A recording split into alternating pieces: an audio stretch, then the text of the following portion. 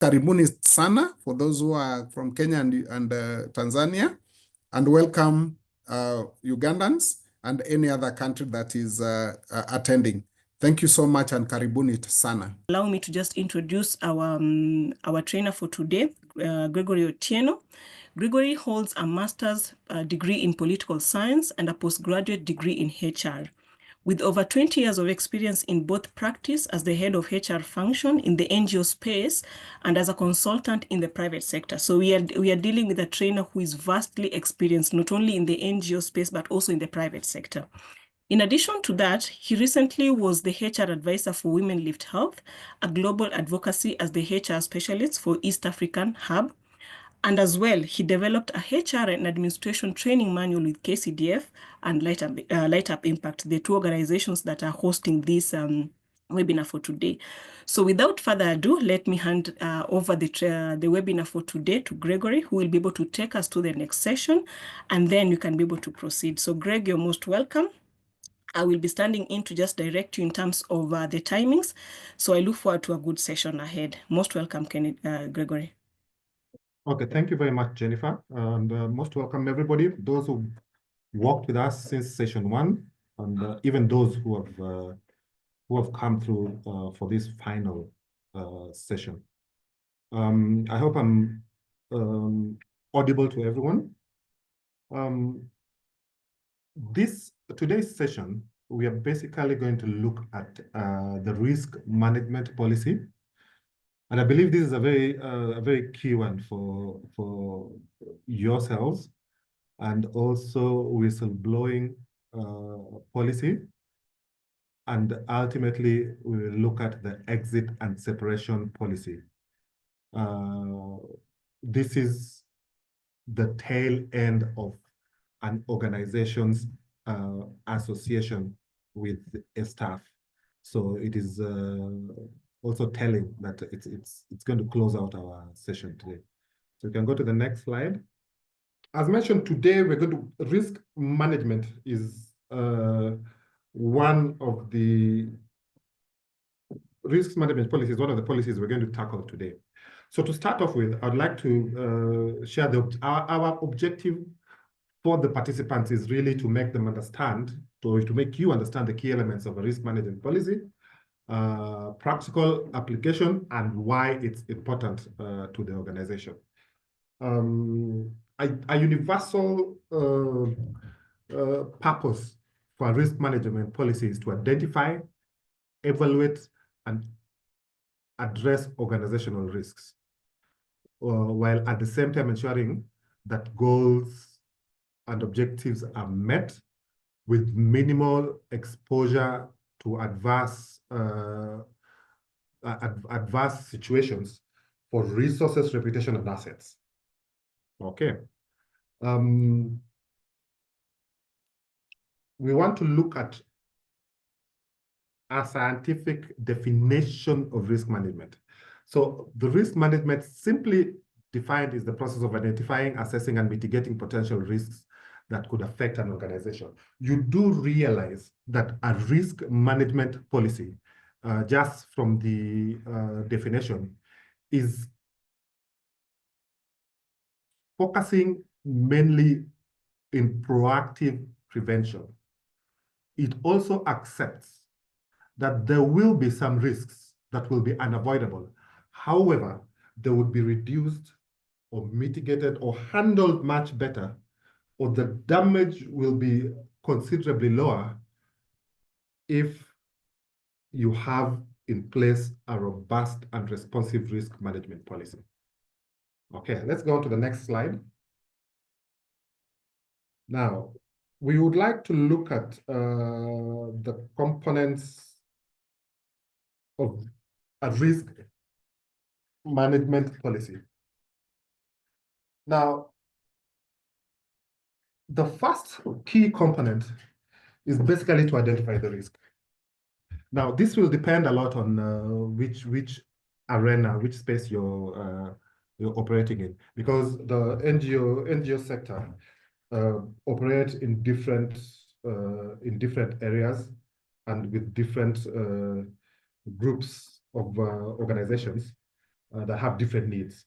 So the first thing to do so that you can be able to develop a policy is to determine the potential risks and look at the type of risks, of the possible risks that you can encounter in the organization.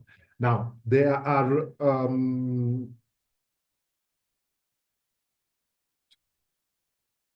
about 5 types of potential risks that I want to look at. This includes financial, operational, reputational, legal, and eventually strategic. Now, if you look at the potential financial risks, this may include grant dependency. Now, this is a real risk for your organizations because the moment a grant or a funder pulls out, then most NGO organizations or most organizations find themselves in trouble. They are unable to sustain their existence. So either they cut down drastically or they basically fall down. So this is an existential risk and must be factored in your risk register. And then there's also tied to that is irregular funding cycles, which means that you probably have a funding source that lasts for a very short time, maybe a year or 2 years, which means within that year or 2 years, you're going to have to reevaluate your operations, including your staffing levels.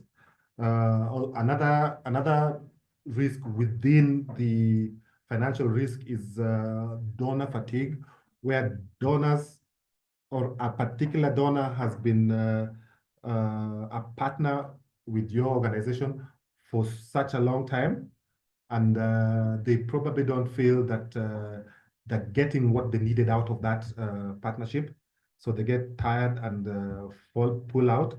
Another risk in the financial area is fraud. Now, this is critical because this impacts the reputation of the organization and has far-reaching repercussions because then, as we all know, donors talk. So the moment you are tagged as a fraudulent organization, then you'll run it. It will be very difficult for that organization to get any funding. We're going to look at operational risks. This includes disruptions in service delivery for whatever reason. So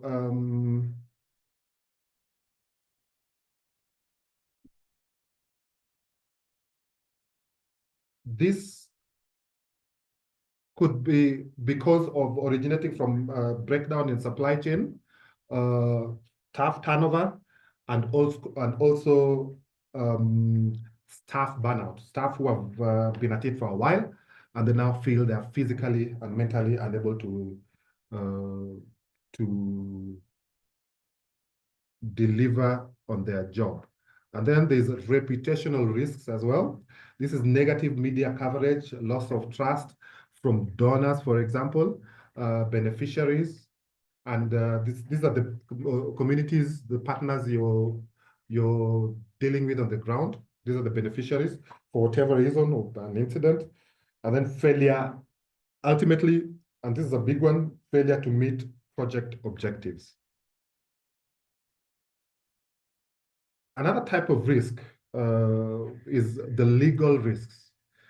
One of the key ones is non-compliance with local regulations. This and this will be specific to the area you're coming from or the country that you're operating in, because as you know, the East African region has different regulations or local laws that apply. Now, I'll give a good example in Kenya. That is the, I'm sure you're aware of the PBO Act.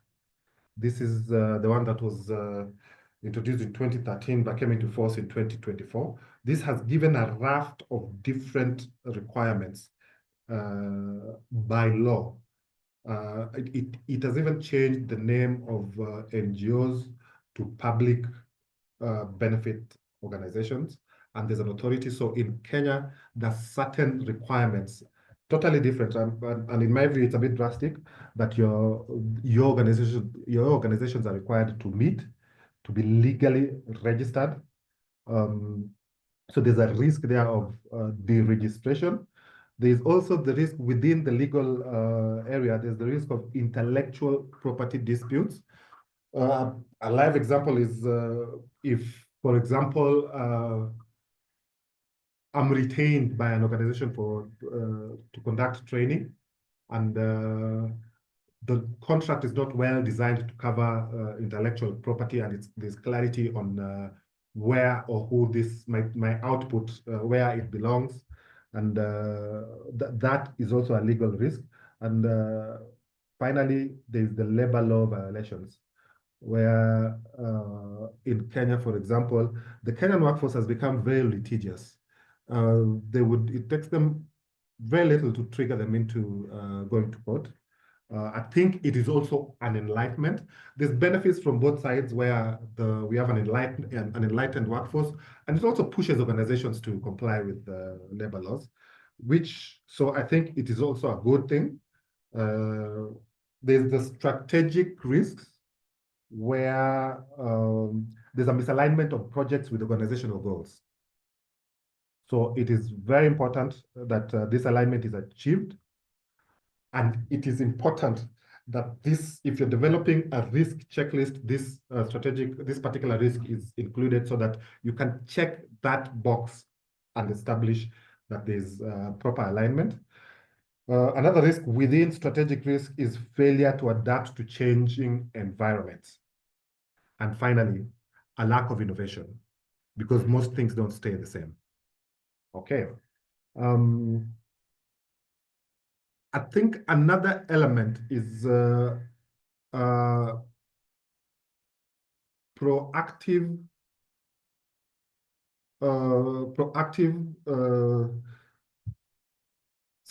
risk identification. It is this very policy is meant to be able to allow the organizations to proactively address the issues that may come with regard to the risk.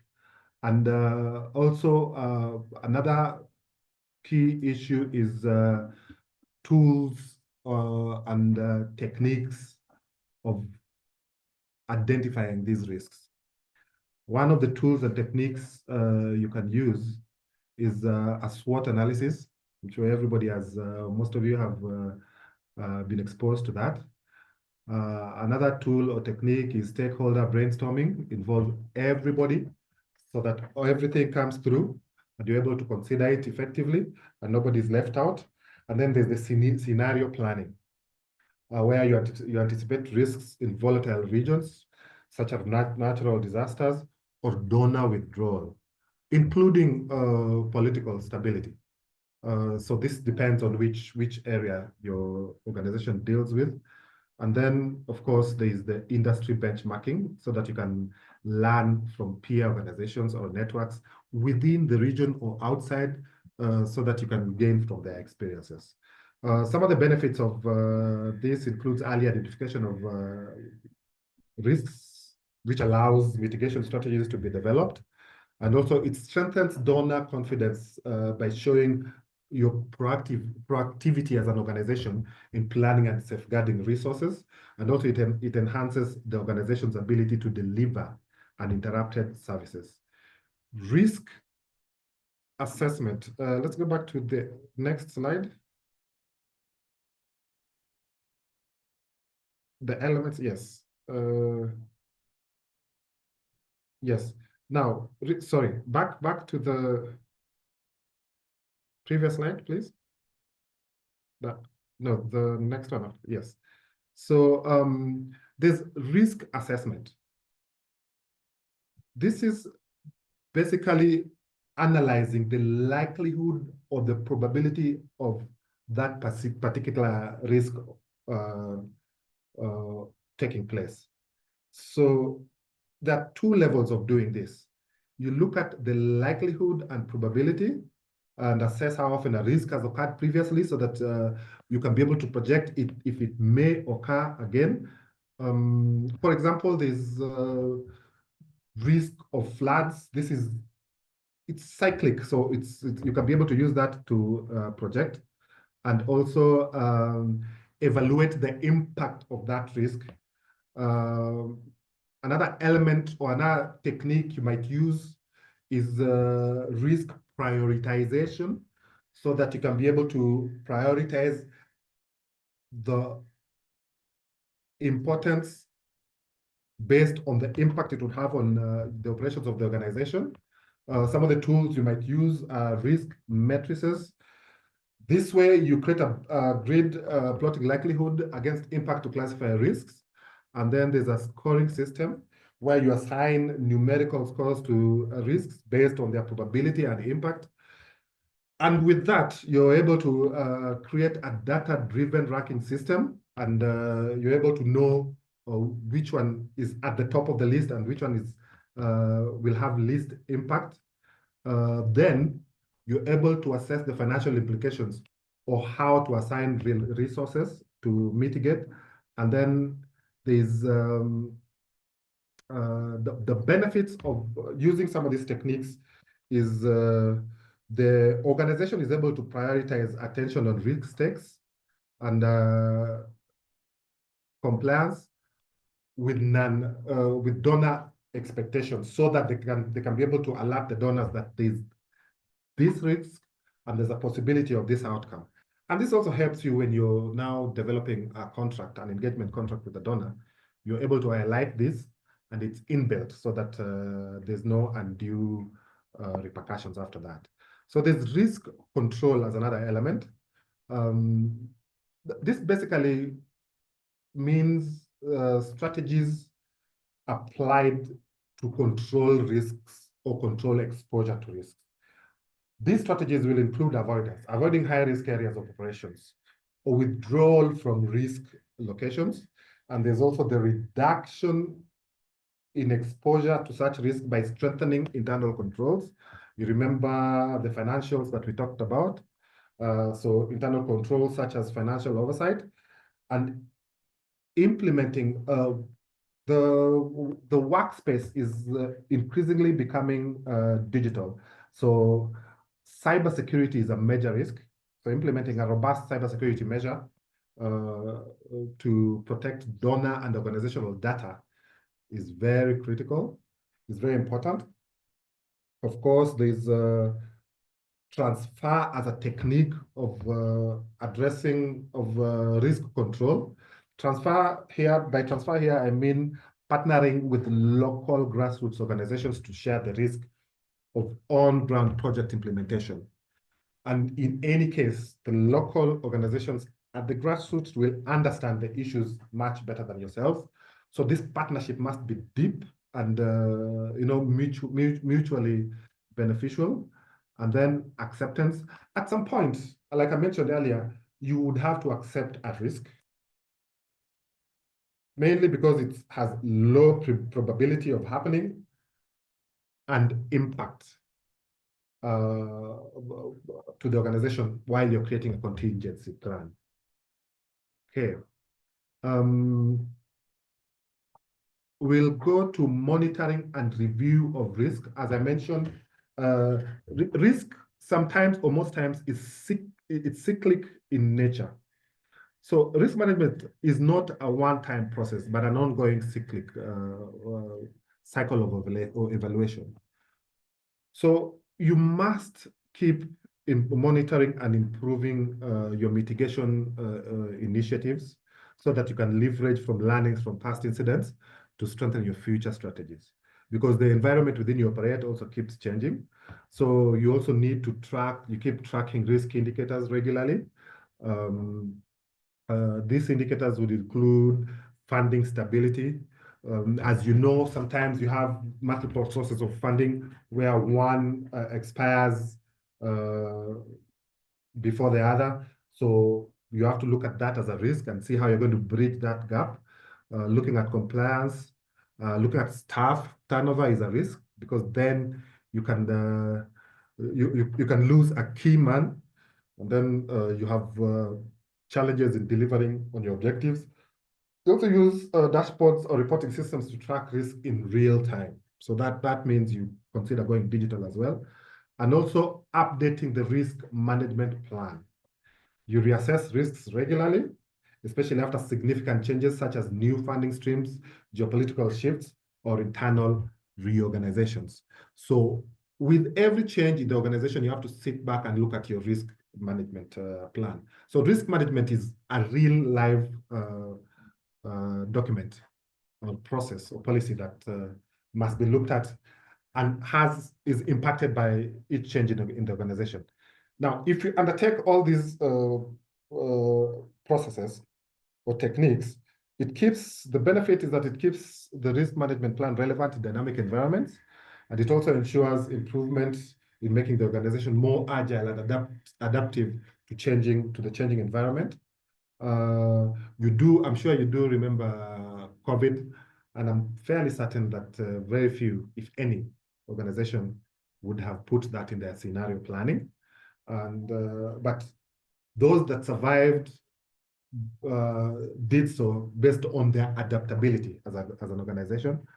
And also it demonstrates accountability to donors and partners and beneficiaries. The other element in our list is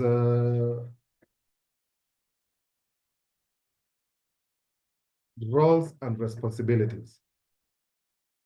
For risk management to be effective, each cadre in the organization must be assigned specific roles so that you can drive this initiative. For example, leadership must set tone for prioritizing risk management within the organization. Now, leadership plays a critical role in establishing the importance of risk management, fostering a culture of accountability in the organization, and therefore everybody else in the organization will follow through. Creating a risk management framework is important to be able to manage these roles, and also communicating priorities and leading by example are very key areas or very key activities in role and responsibility. Ownership of risks. This is also part of roles and responsibilities, where you need to assign clear responsibility for each identified risk and its control measure. Some organizations have used RACI or RACI metrics to be able to define roles and assign roles. Communication and collaboration are key roles and responsibilities technique. And all this ensures accountability and prevents risk from being overlooked, and also encourages teamwork and shared responsibility, and breaking the silo mentality that may exist in organizations. It also fosters a transparent culture, improving relationships with donors and the beneficiaries. These are the partners that you work with on the ground. Now,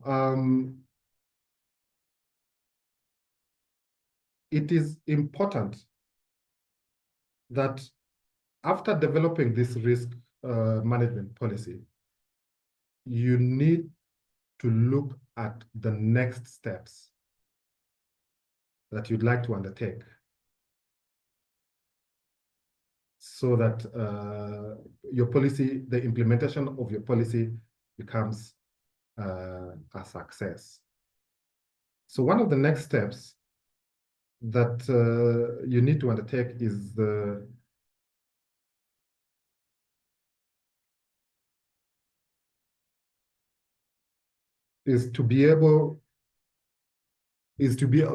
one of the steps that you need to undertake is to be able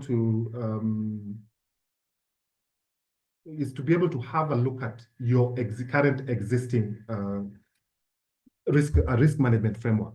Do you have one? If you do not, do you need to develop it?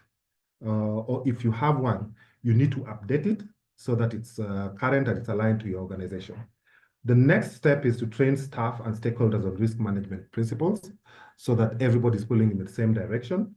And there's buy-in, because no one section of the organization can be able to drive risk without it being a teamwork. The third step. Greg, yes. Just to notify you on time, we are 3 minutes. Okay. The third step is schedule regular reviews of the risk management plan. Now, instead of reviewing only when something happens or there's a change in the organization, then it is useful to have a scheduled risk review at certain points of the organization, whether annually or biannually. Okay, we can go on to the next slide so that we can get into the group activity. We can mix this with Q&A. I'd like to invite the participants to share with us a risk-related event and how they handled it. You can look at an incident where you already have an existing risk management policy, and it was able to help you project and handle a situation, or you can ask questions. And I'm inviting everybody, if you feel you have an answer or an experience that responds to the question asked, feel free to raise your hand on the chat, and also give feedback, share with us.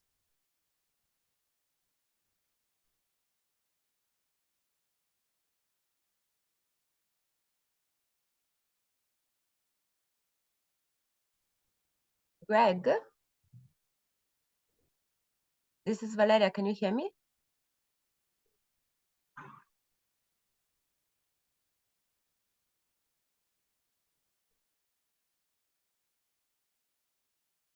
Yes, Valeria, we can hear you. Great. Greg, as we wait for the participants to join with their ideas, as you ask for the group activity, there's one question in the chat that we could answer, or I could read. This is a question from George Baya. He's asking, thank you for mentioning about risk management and specifically on finance. When dealing with foreign currency, there is a risk of exchange rate. For example, the dollar rate has now significantly dropped. If one has approved a proposal in dollars and receiving the funding in Kenyan shillings, definitely the expected Kenyan shillings will be lower, which will definitely create a gap in the budget. How can this be handled in the risk management? Okay. Normally, it is useful, like I mentioned at the beginning, it is useful to be proactive about such risks, because we all know that the dollar will fluctuate.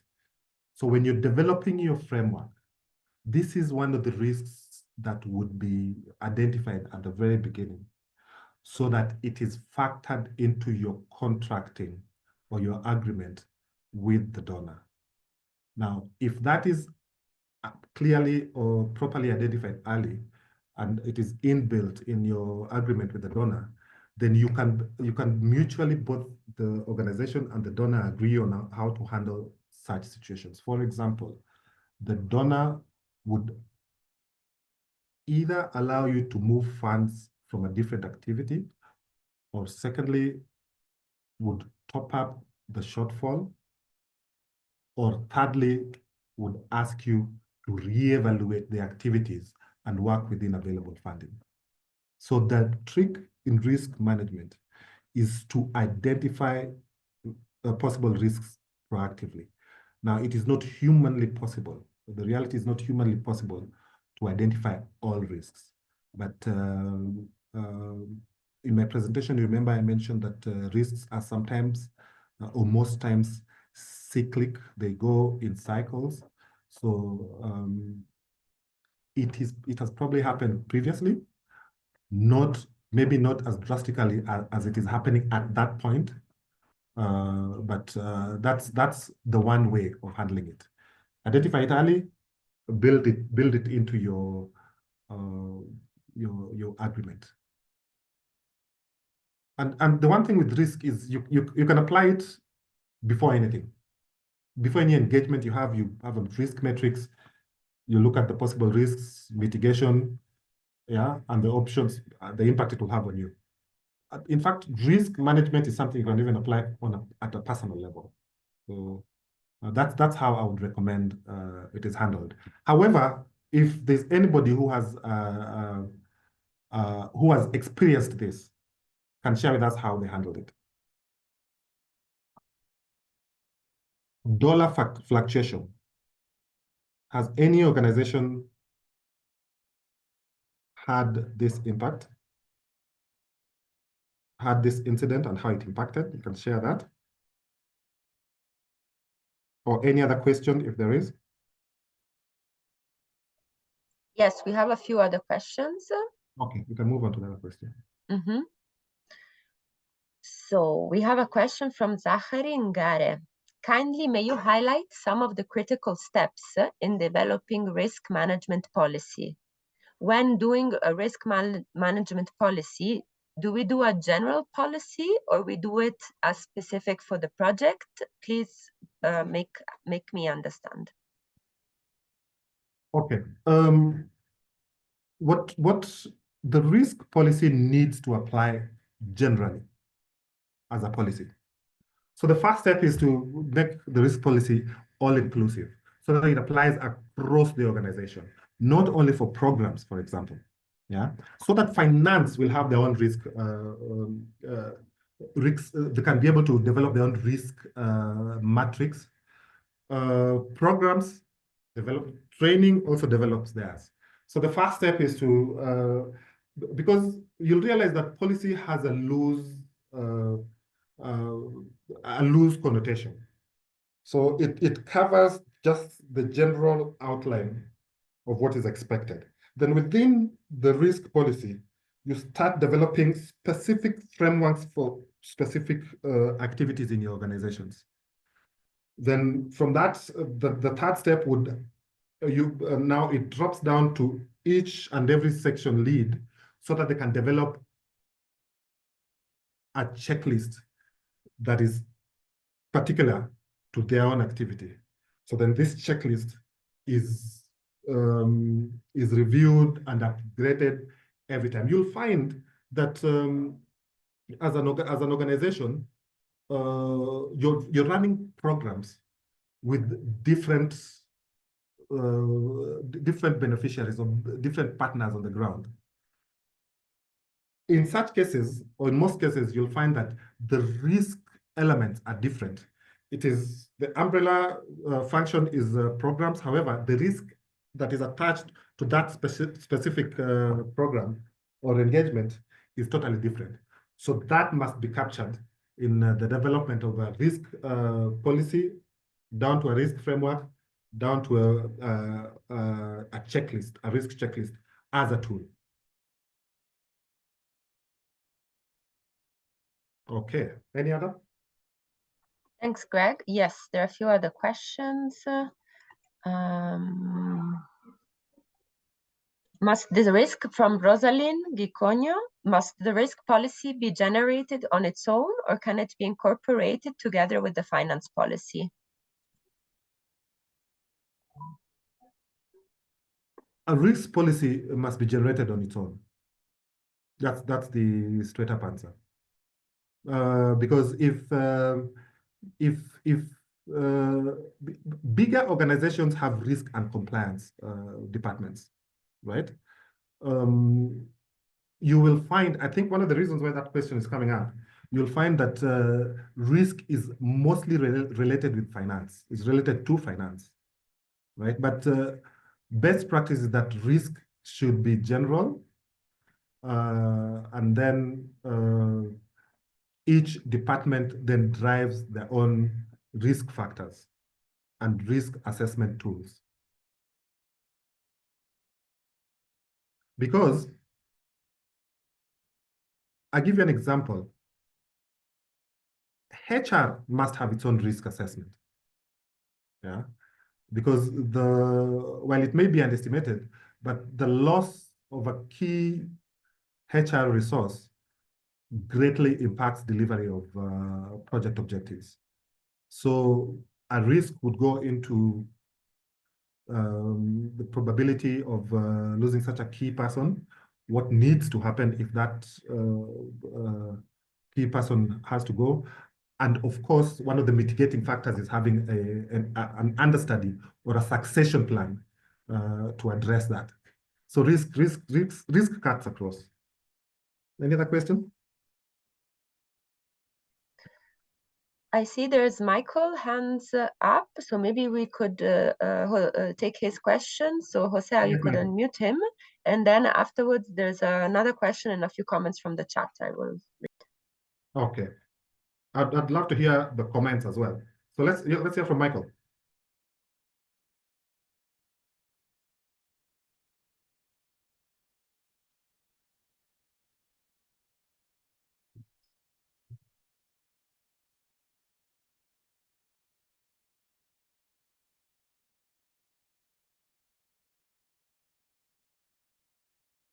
Michael?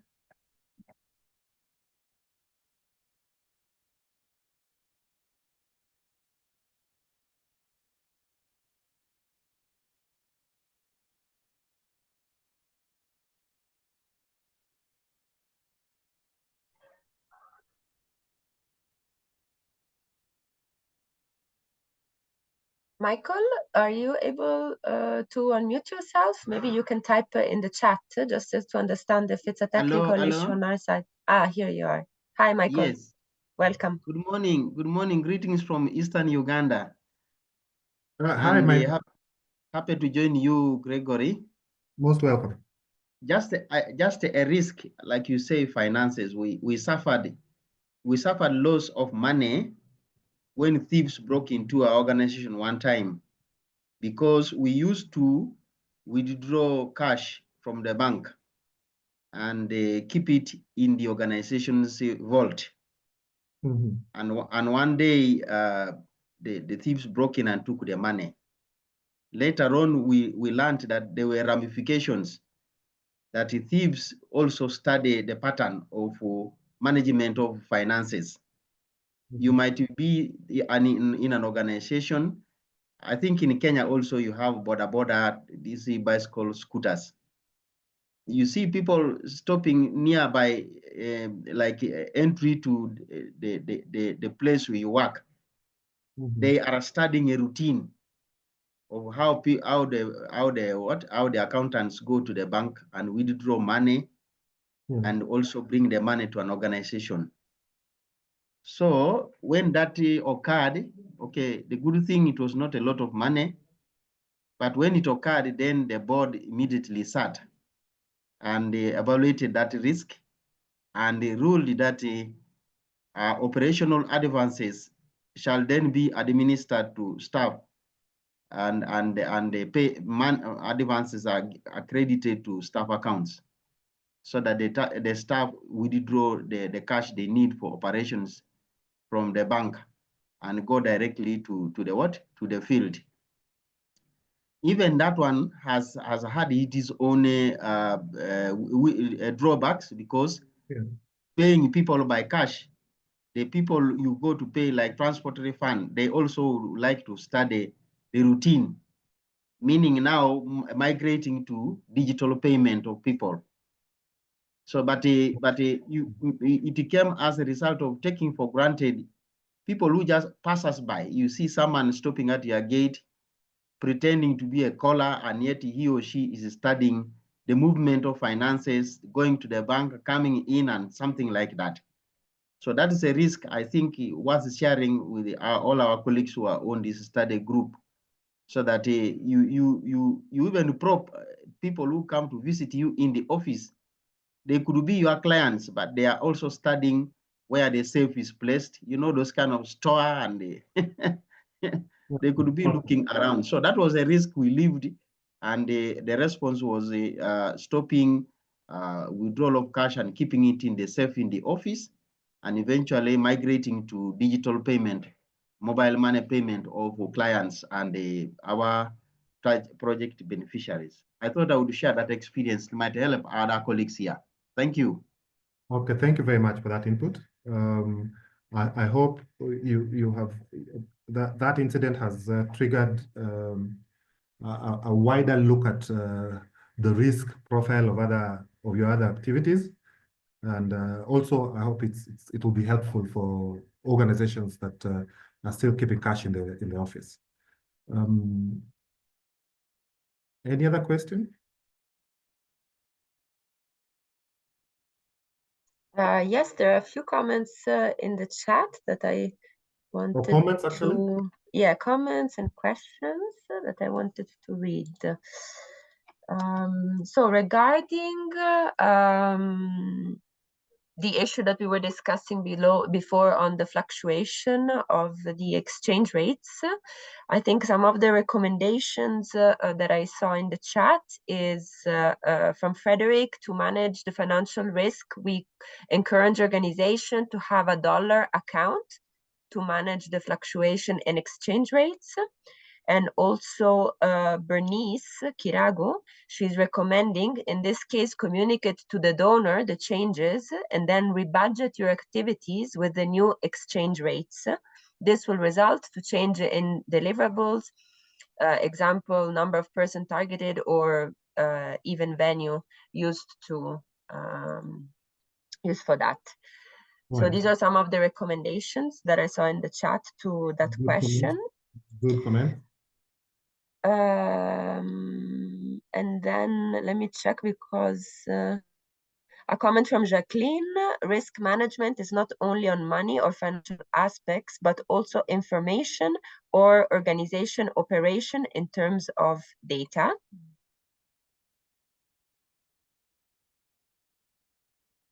Okay. And then there's a question from Bilasio Wandera: how to mitigate against a staff assigned the responsibility but fails to deliver on time, like writing a proposal to be submitted within a fixed duration. He could be doing so deliberately to expose the organization to financial risks. Okay, that's a question. Yeah, that's a question. Okay, that's a fairly simple one. That has to do with performance management, because if that staff obviously was employed, job responsibilities included preparation of proposals, and for your organizations, proposal preparation is a key backbone of operation.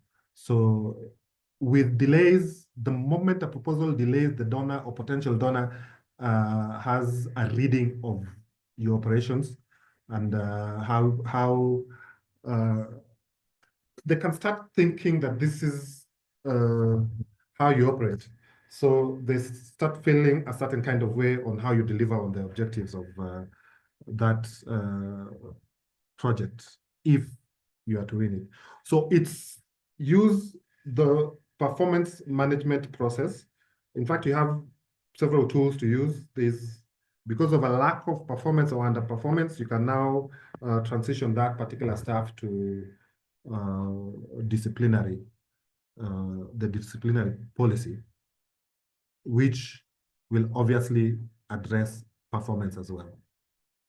So you do remember, I hope you were there when we addressed disciplinary policy in I think one of the other two sessions. So that's pure performance. I've seen a comment where someone has suggested for exchange rate, organizations are encouraged to have an exchange rate policy. That's a good one as well, so that everybody knows what happens when confronted with such a situation. Any other comment or question? There's a few comments in the chat. I see a few questions, but they're not totally relevant to the risk management. Do I still take it, or?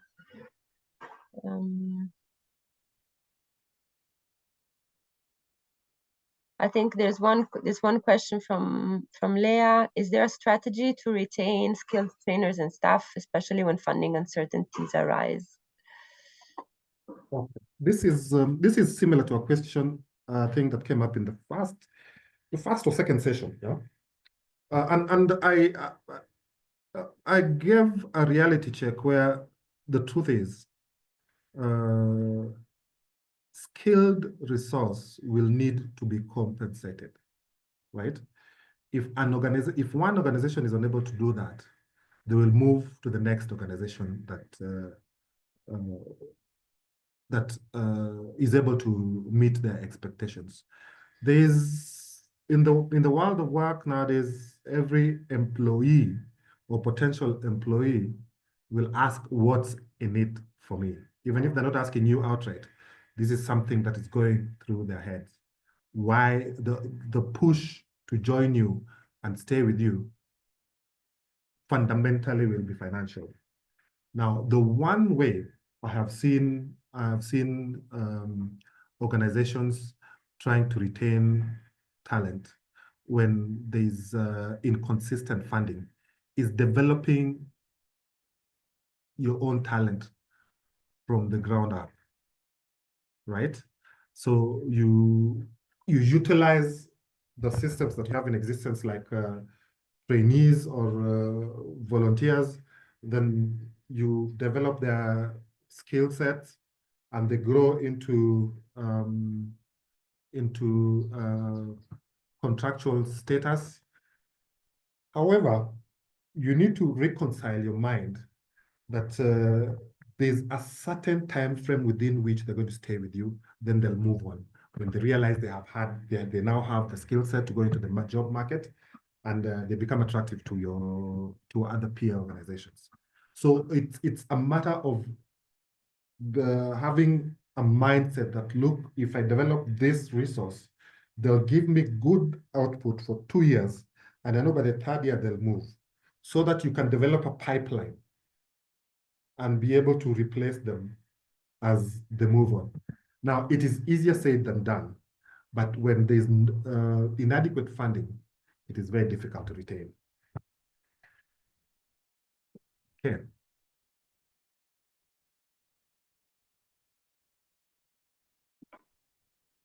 Thank you, Greg. I think we can end the Q&A session, so I'll pass it back to Jennifer. Okay. Greg, we can continue because now you're also moving very well with time, so you can just move to the next slide. Thank you. All right, thank you. The next policy that we're going to address today is the whistleblowing policy. Now, similarly, we would like you as participants to understand the components of whistleblowing policy, its purpose, and how it can be useful for you if you implement it effectively. The purpose of a whistleblowing policy is to offer a process for reporting misconduct at a very confidential level. And also, on the other side, it promotes accountability and transparency in the organization, and also protects the whistleblowers from retaliation. Ultimately, it must ensure that concerns are properly addressed, and this gives a positive picture of organizational integrity. Now, in my view, and based on the experiences I've had in different industries, I think this is one of the most delicate policies to implement in the HR function. Now, one of the reasons it is delicate is because it can easily be weaponized and used at the detriment of the organization, so that instead of helping the organization, if it's not effected or developed properly, it can work against the organization's goals and result in a highly disengaged workforce. Now, developing a policy, a whistleblowing policy, is one thing and can easily be done. Well, relatively easily can be done by a lot of organizations. Implementing it is a totally different ballgame altogether, because then implementation requires first buy-in from the very top to begin with, so that they can be able to demonstrate to the rest of the staff that they support this particular policy and process. It also requires buy-in from the staff themselves. And I believe that that is one of the most difficult ones, because you have to build confidence for someone to be able to walk in and report an issue that is arising, that is impacting. Most times you'll find that the demeanor that the staff, a majority of the staff, will take is that, look, it doesn't concern me, so why should I even get involved? So there's a culture issue in that. And as you all know, or you may be aware, culture change is a hard nut to crack, but it can be done. It can be done, but it's a very dicey one. Okay, we can go on to the next slide. Now, even as we start looking at the components of whistleblowing, I'd like to, you need to ask yourself the question, then why, if it's so difficult, why is this particular policy important in your space, in your NGO space? I think it is very important because NGO, by and large, operate with public trust. You operate with donor funds, and you serve vulnerable communities. So ethical integrity is non-negotiable, you see. And you can't allow the impact on the organization, if it comes out, is normally very difficult to reverse or to mitigate. So whistleblowing will ensure accountability and will promote a culture of ethical responsibility across the organization. And like I said, it is important to come all the way from the top, or demonstrate accountability from the top all the way to the ground level. And in many organizations, those that have the HR function, the whistleblowing policy is owned by HR. Yeah. So that HR is the one that drives it and ensures it's successful and becomes a key deliverable for the head of HR. I'll give an example that is relevant to what we had, a question that we had in, I think, whether it was the first or the second session. If a staff member witnesses the diversion of emergency relief supplies, they have a moral, professional responsibility to report it to protect the community. These are the beneficiaries that you're dealing with, and by extension, the reputation of the organization. So you then realize that the moment, and this is something that must be inculcated in staff, that the moment you witness an infraction or something that is misaligned with the organizational rules and regulations and values, the responsibility is then yours to report it. I know organizations, well, mostly in the private sector, but some in the NGO sector, that will punish staff who had knowledge of such an infraction and did not escalate it. So that also has to be done delicately, because it also has impact on staff morale. They feel that they were not involved in it, but they're being punished anyway. So the application is critical in whistleblowing. Now, safeguarding donor confidence is one of the benefits that if you get it right, safeguarding donor confidence, protecting vulnerable communities, and reinforcing organization transparency and accountability are one of the benefits of having this policy and implementing it effectively. We'll look at some of the components of whistleblowing policy, and we'll start with the scope of the policy. So when you're developing this, you need this policy, you need to have a clearly defined scope so that there's clarity on what constitutes unethical behavior or policy violation. So there are several categories, and I'm going to share about 4, which that list is not exhaustive. There are so many others. So there's the financial mismanagement. This is non-negotiable, will include fraud, embezzlement, misuse of donor funds. This is at the heart of the organization because without donor funding or misuse of donor funds, it directly impacts your activities or the projects that the organization have planned to deliver. There's abuse of power. Now, as it denotes, it addresses those already in power or those that already have authority in the organization. So handling that, as I think in the previous, when we were talking about code of conduct, someone asked a question on how to handle individuals that have roles at director level.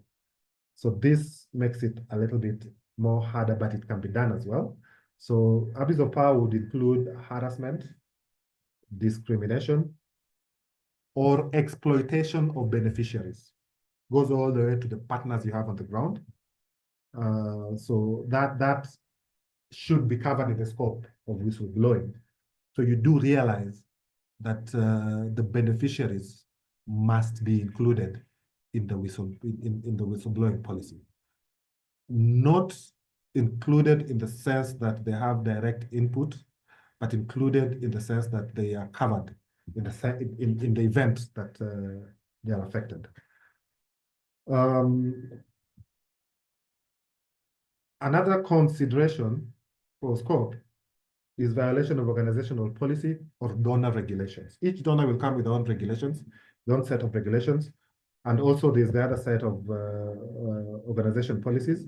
Another component or another element of scope is non-compliance with laws or ethical standards. Now, ethical standards will be addressed with organizational values and culture. Laws are fairly straightforward. Each organization will want to be compliant with the laws or legal framework within the countries in which they operate, such as child safeguarding violations, that's an example, gender violence and things like that. So this would inform the scope of the whistleblowing. Now, whistleblowing should, and this should be emphasized, should apply to all employees, whether on contract, volunteers, and also external partners, right? So that, for example, if it's a procurement issue and there's a supplier who feels he or she is being treated a certain kind of way, your policy should be able to provide an avenue for that information to get to the right authority. Okay, one of the benefits of establishing a whistleblowing policy with the clear scope is accountability and defines clear boundaries of acceptable behavior, and also ensures consistent application across all levels of the organization, right? Top to bottom. Another key component I'd like to look at is reporting mechanism.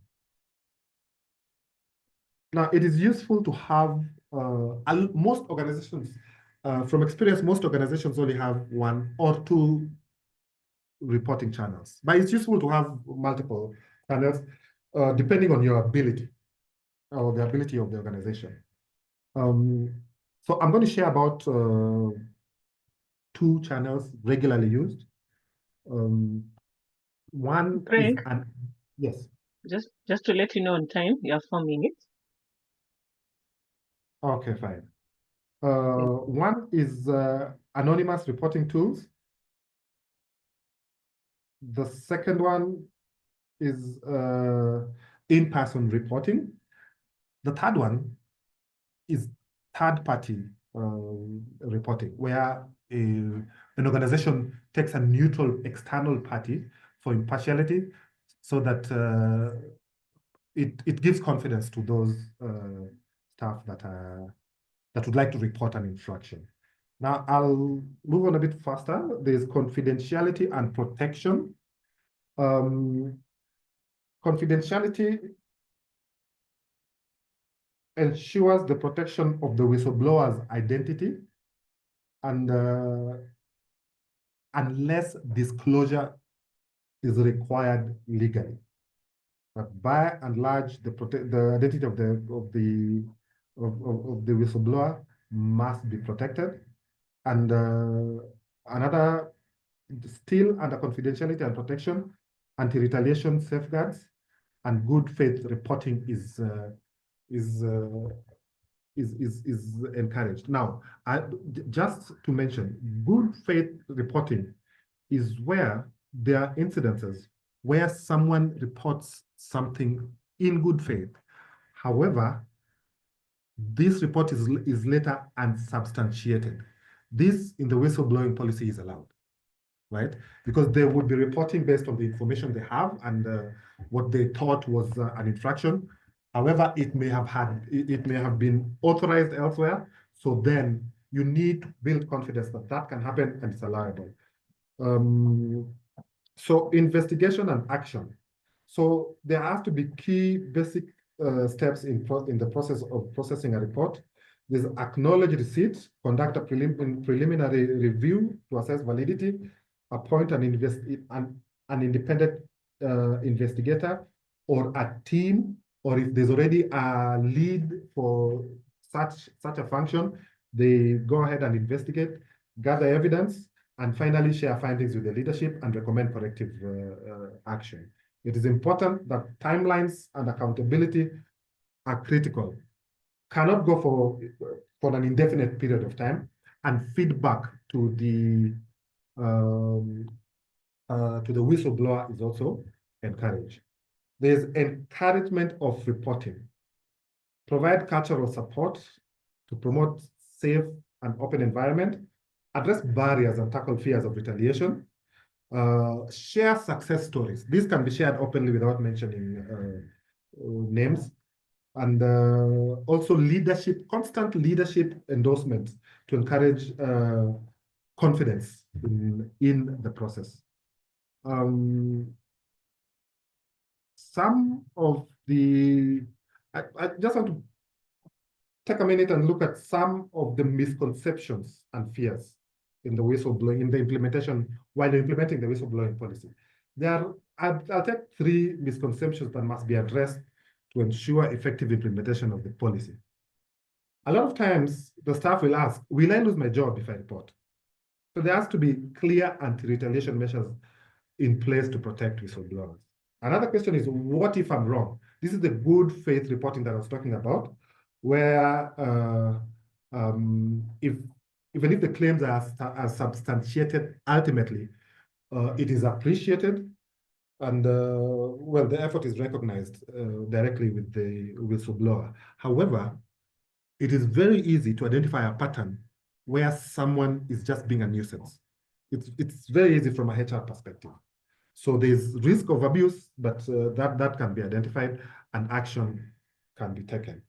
Thirdly, how will I know that action has been taken place? So this speaks to my explanation that there needs to be feedback to the whistleblower. So ultimately, these would address doubts and build confidence in the whistleblowing process. So I'll take up questions, and also, first off, I'll invite participants to share incidences of successful whistleblowing processes, or one that went sideways that they feel, with the little knowledge they've taken up now, they would have handled differently, or even recommendations on what organizations should do or how to approach this. So most welcome.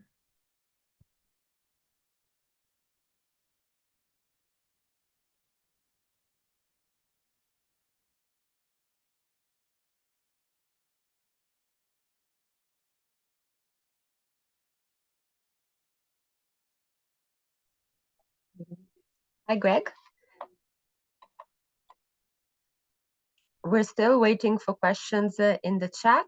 I will just reiterate, if anybody would like to share any comments or any incidents on whistleblowing, you can raise your hand and you will be unmuted. And Greg, in case as we wait, maybe you could also share some incident maybe you've encountered during your career. Okay. I think the biggest incident or occurrence that normally happens, or one of the weaknesses of whistleblowing, is when the whistleblower themselves leak information, right? I've experienced incidences where we had a very robust whistleblowing policy in the organization, and as management of the organization, we went through the step-by-step process and protected the whistleblower, and eventually action was taken against the staff who was found with a problem.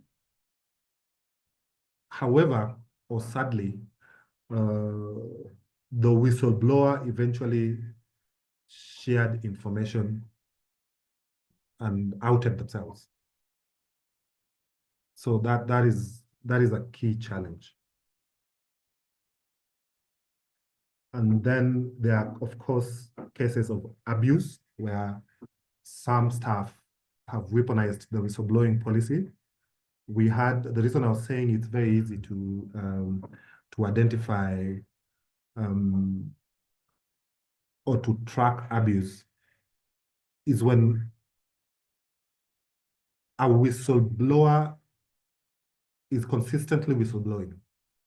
So the balance there is you must be able to have a look at the frequency of that particular whistleblower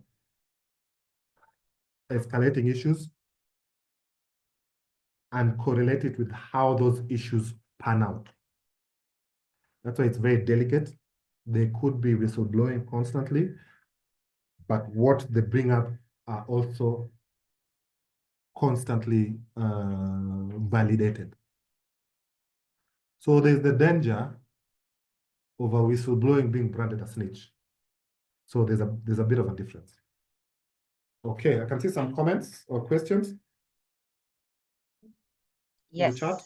Yeah. Yes, we have some questions. The first one is by Munira.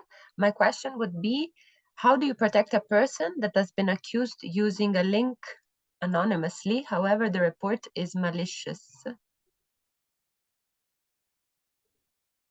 Okay, the whistleblowing whistleblowing process in that policy must also have an approach. All right, so that if someone was accused as a person leading that process, you have no option but to take action on it.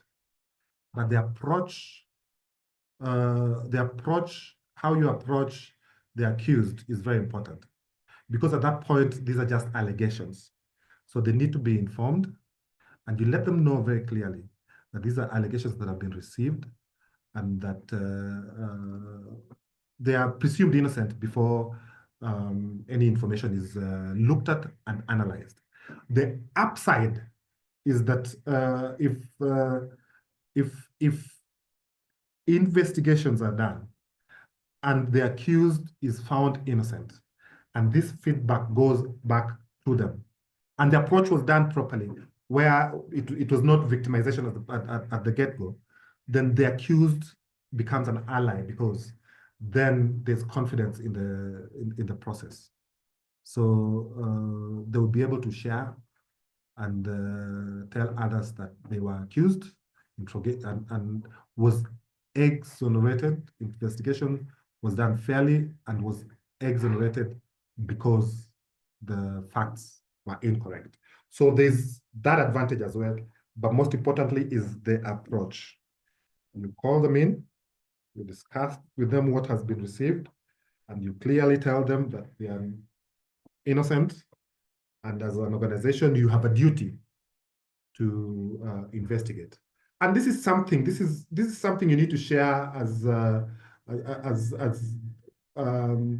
you're sharing the policy, where you look at scenarios and share with staff that look, there'll be incidents such as this, but it will be looked at with a lot of transparency. Any other question? Yes, we have a few questions and comments. So from Rosalind, how do you handle a sexual harassment incident to a friend and colleague? In this case, the HR is the culprit and is protected by the senior management. Okay. But that comment that the HR is protected by senior management is in itself a problem, because then it means there's no belief in the whistle. The culture is wrong. Yeah?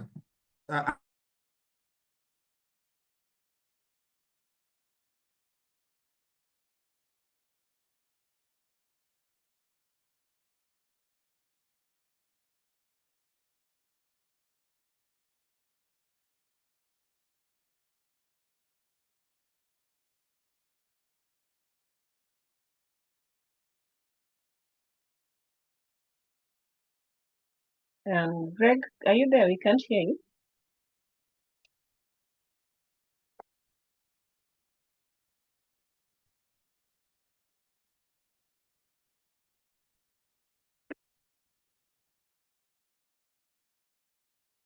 Maybe you can ask. Hello, Greg. Can you hear us? I think either he's experiencing some technical issues. Let's give him like a few minutes to just to join back again. Sorry about that. So let's just allow him like 1 minute for him to join back.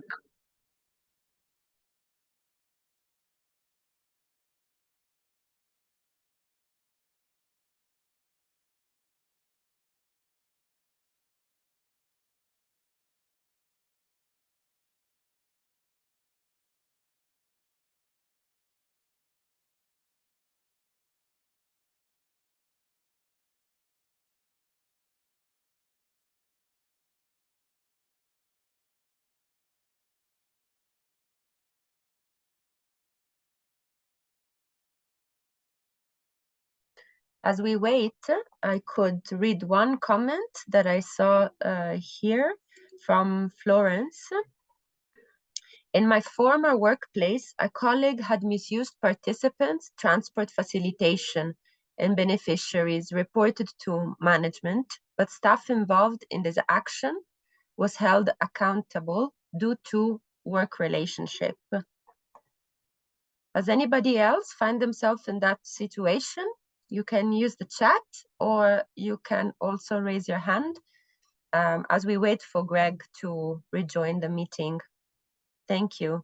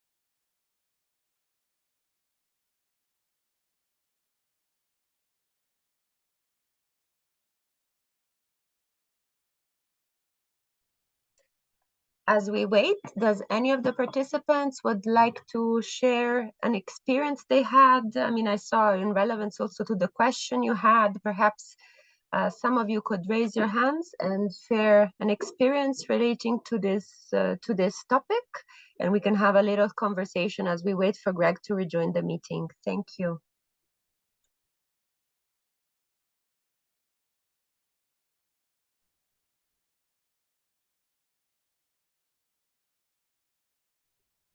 Thank you, Frederick. You should be able to unmute yourself now.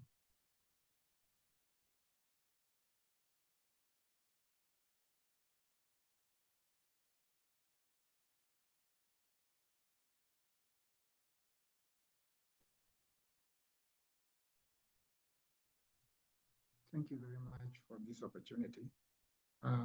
Unmute yourself. My Great. name is, We can hear you. yes. My name is Frederick from Hope to Live Kisumu. I just wanted to give an insight regarding the whistleblower policy. To avoid this unnecessary exposure, I think I would just want to encourage the staffs to be using the suggestion box that normally is located in every entrance. You don't put your identity, and then there you can expose whatever you have without being identified and without much issues with the management. That is the only way you can do much in the whistleblowing policy that we are talking about. That I think can help a lot. Thank you. Thank you so much for sharing, Frederick. And I think Gregory is back on the call. Gregory, can you hear us? Yes, so sorry, I had a technical hitch. No problem. We're glad you're back. In the meantime, Frederick was just sharing a comment regarding having a suggestion box to the other participants, and we could continue briefly on the Q&A session. So there were still some questions from Didi. She's asking whether the whistleblowing policy in the private sector is different from the public sector.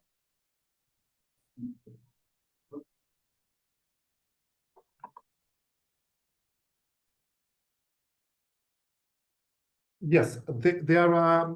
I'd like to agree with the previous comment that the boxes are useful in collecting that information anonymously. This would work very well where all the staff are concentrated in one area. However, you'll find that some organizations have people that are out in the field constantly, or operate in the DAB or such locations where the head office is in Nairobi. So that would require some innovation. Now, to the question, the public sector is by and large regulated by laws of the country. So there's a difference between the whistleblowing in private sector and NGO space and the public sector. I know, for example, Kenya. I'm not sure about Uganda and Tanzania and the other Eastern African countries, but I know that Kenya has a whistleblowing legal framework, right? That has steps and has specific protections that is preferred to the whistleblower. But these generally apply to civil servants. Whistleblowing in the other spaces like the private sector and the NGO world are a bit more sophisticated and a bit more effective. So that's the difference. Thank you, Gregory. I have another couple of questions. One from Susan. What strategies can be used to foster a culture where employees feel safe reporting unethical practices? Okay, from my experience, what I've found effective are two things. The top demonstrates commitment to the policy, right? You've just had a question where the HR is a culprit and is being protected. That becomes a problem. But if the top commits to the process and demonstrates it, then this can be successful. Now, the second one is sharing success stories, so that all staff they're able to know that this is possible and it can work and it can be protected. Now, these two for me have been very effective. However, I need to point out that these cannot work in isolation. So when you're starting off afresh, a whistleblowing policy, number one, there has to be a change, a culture change, so that there's buy-in. You know, that several inputs that build up to the two. For you to have success stories, there is a lot of input. For the top to be able to support it, that's one of them. So it is critical that you start with the clarity, dissemination of the scope, the purpose, and clear sharing of information with staff on what you want out of the policy and how they'll benefit from it. You see, and there are staff in organizations that really feel bad when their organizations are being exposed in that way. You see, when they see other staff doing things that will expose the organizations, there are staff like that. Yeah, so this also helps out. And in some organizations, there are whistleblowing champions.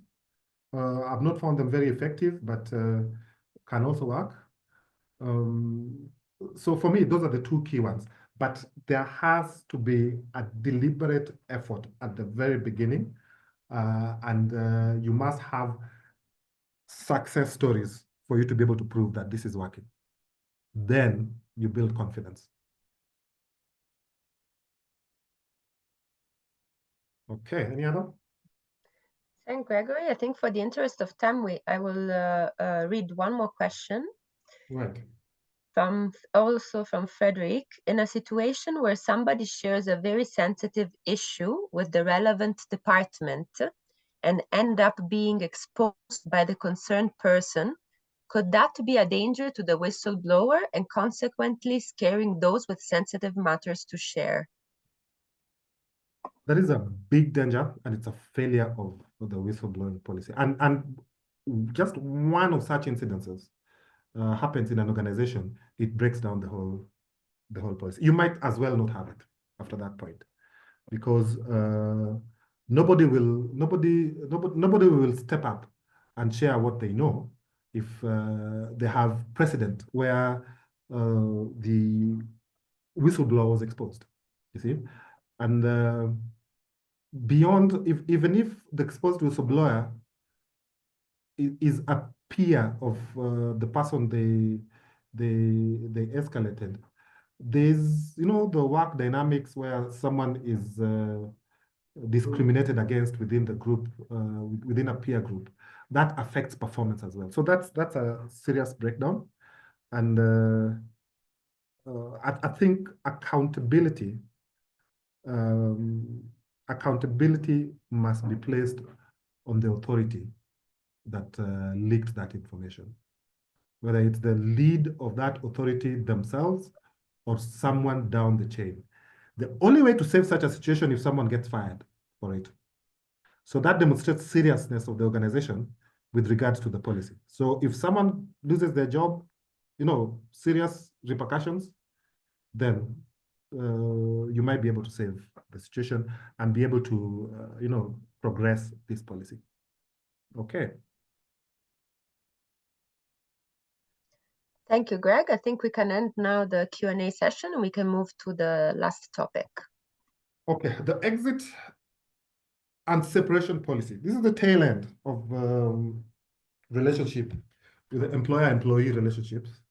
We would like you to understand, as an objective, we'd like to understand the importance of maintaining a positive, the importance of this separation policy and its role in maintaining a positive organizational structure. Now, the purpose, the definition or the purpose of this policy is to provide clear guidance on how this transition needs to be managed and ensuring a smooth transition, both for the exiting staff and the organization, and most importantly, to ensure that legal obligations are met. And also, it gives the organization the opportunity to get real feedback, to be able to use, to leverage that and improve the organizational processes. Now, this process has a lot of impact on the organization's reputation, so must be handled with a lot of with a lot of care. We can go to the next slide. Now, exit interviews. Exit interview basically goes into gathering feedback to understand the reasons for the staff's departure. There are various reasons where one has honestly gotten a better opportunity, so therefore would like to go and try their luck elsewhere. I know there are organizations that will try and match the offer they've received, so that is also allowed. But critically, at this point, during this exit interview, you will then get honest feedback that an organization would not otherwise have received if the employee was still in the organization, for fear of, a few of other things. Some of the common challenges, high turnover areas, you'll find some of the common challenges is a lack of support. Staff will say there's a lack of support. Then that information can be processed and you identify how the organization can improve that. There's burnout, if there's work overload, so that the organization can conduct something that is called a task analysis. I am a great believer in making a decision based on facts and data, so that if you have several staff leaving telling you there's burnout, it does not mean that you directly increase staff. You conduct a scientific process called task analysis, so that you can be able to establish whether they indeed are overloaded. And then there's safety concerns. The organizations that work in conflict areas, that the staff can take only so much. So that's one of the reasons. And then also there is departure of skilled professionals. So when you evaluate root cause analysis during the exit interview, a lot of reasons would be, when it's a skilled resource, they'll obviously be looking for career growth, where they feel they may not be able to grow within your organization. So also opens your mind into a career pathing process or job enrichment, because the reality is sometimes they've reached the ceiling in that role, so they need to go into a bigger organization to grow. Some reasons, and a lot of times there's compensation or misalignment with organizational culture, where they feel they are not a fit in the culture of the organization. So with this information during the exit interview, you're able to improve retention strategies on your critical talent. This, for example, something like compensation. If you have a lot of this, then it also triggers a process called, we discussed this, I think, in the last session, a salary survey process, where you have to look at where you are against your peers. Are you underpaying Are you at the 50th percentile? Are you leading, or are you way back with the 25th percentile of salaries being at the lowest? One other reason you will pick out during the exit interview is management and leadership practices, whether the staff that is leaving has an issue with the management style and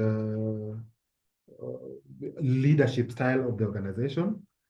And also you need to explore whether the staff leaving felt that the organization's goals are reflected in its activities and their role in achieving it.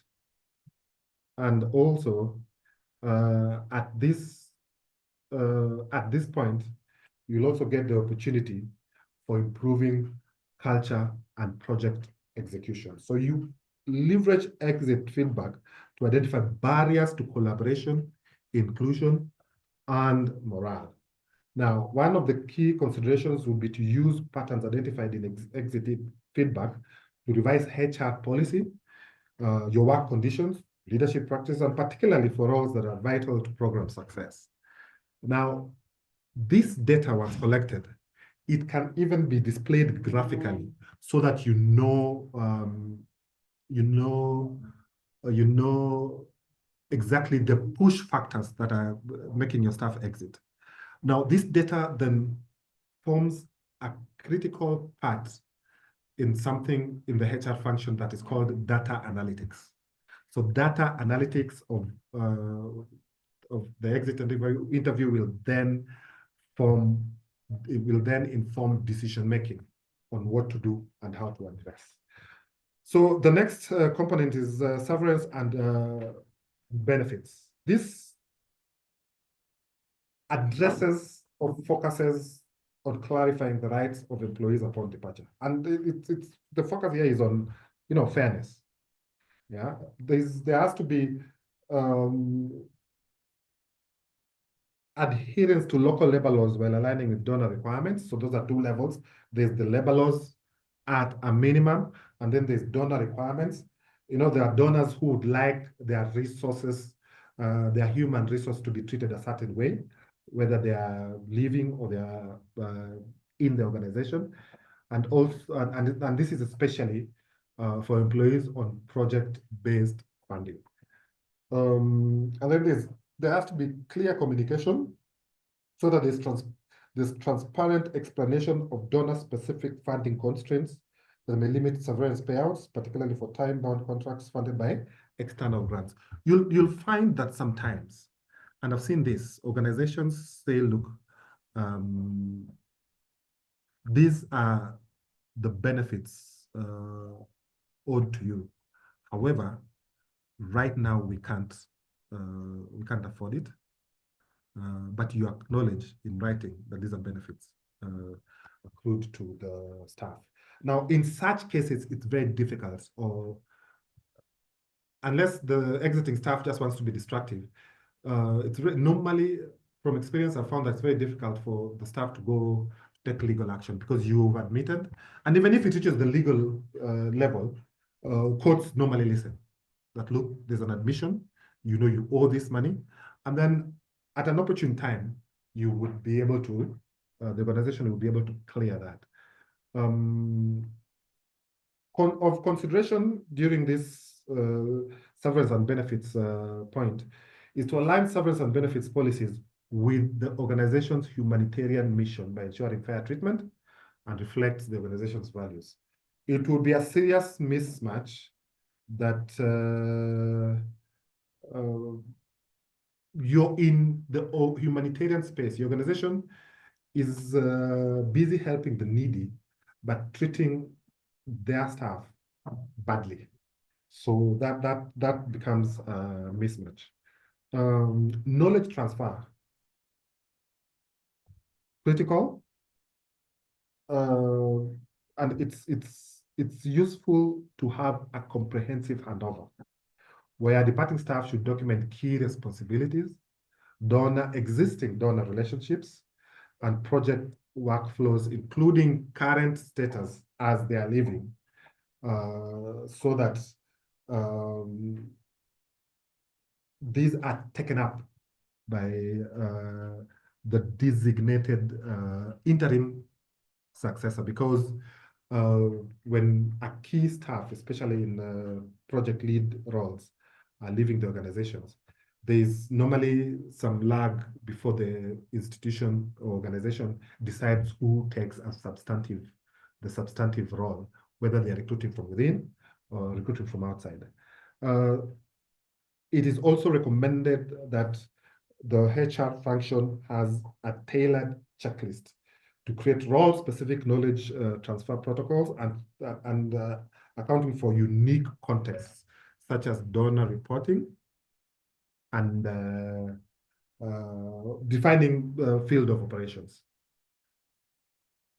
Key consideration during this process is effective briefings for the successors, so that there is no question when there's an issue or failure to deliver on an objective or a project. There's no question of blaming those that have exited. So those who are taking up these roles must be clearly briefed, whether they're substantive or on interim. Now, there are staff who, when they are exiting, we will request confidentiality when they're providing this feedback. Now, sometimes the sensitive information that touch on certain levels of leadership, this needs to be honored and respected.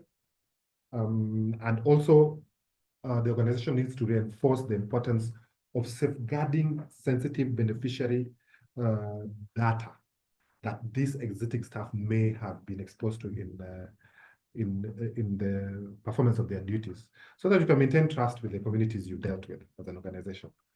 Also, there is confidentiality and non-disclosure requirement. There may be this requirement for protecting donor agreements, project details, and also to ensure that the organization complies with contractual obligations for keeping confidential information with regard to the donor safe. There's also the issue of securing proprietary tools or data that needs to be considered when you're in this confidentiality and non-disclosure, and emphasis to the employee exiting on their ethical obligations and the repercussions if they decide to go against those guidelines. It is useful to consider issuing a formal written reminder of confidentiality. This normally happens during in the acceptance letter if someone has resigned. It is also useful if you feel that a role has handles very confidential information, both for the beneficiaries or your partners or with the donors. It is also useful that the organization introduce non-disclosure agreements at entry when you're recruiting, so that this makes it easy for, and this is signed off by the employee, the new employee, so that it is highlighted as legal consequences for violating donor compliance rules when they're exiting. Okay, I'll look at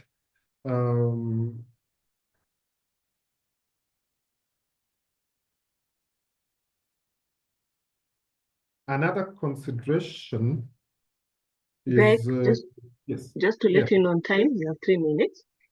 Okay. There's rehire eligibility. Now, it is, some organizations feel that rehiring staff that has left may be detrimental. However, I think it's good practice. Yeah, for one reason. If a staff has left and spent another 3 years in an organization that is probably bigger than yours, and they left, the separation was cordial. It is beneficial for the organization to rehire them back, whether at different times, because out there where they went, they gathered additional experience and expertise that may benefit the staff. So, but there needs to be an establishment of clear criteria for rehiring, or for staff that have left to be eligible to rehiring, to be rehired in the organization. This may include, there must be no breach of the organization's code of conduct. And also there has to be a history of good performance and a clean previous disciplinary record. So those are clear requirements for rehiring.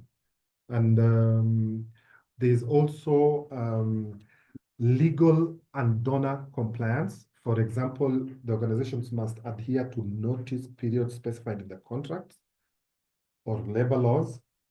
And then there are requirements, specific requirements by the donor for termination of donor-funded contracts to ensure smooth transition and timely reporting of staff changes to donors. This is critically important, particularly when separation impacts project implementation.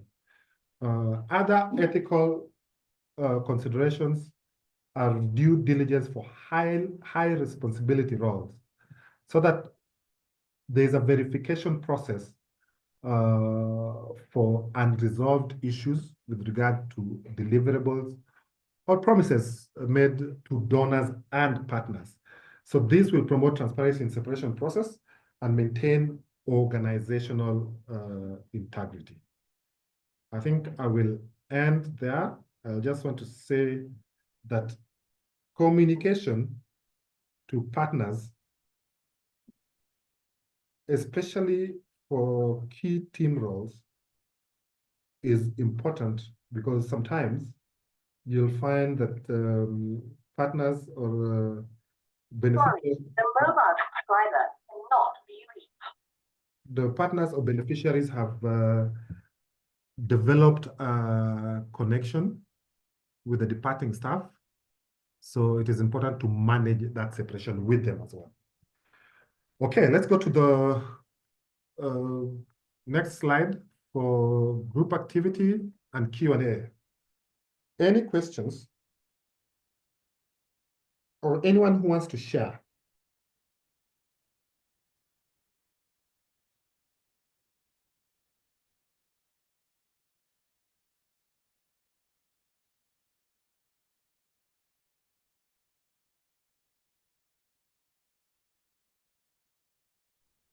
Mariam has raised. We have two. So we can unmute Mariam and then go to George.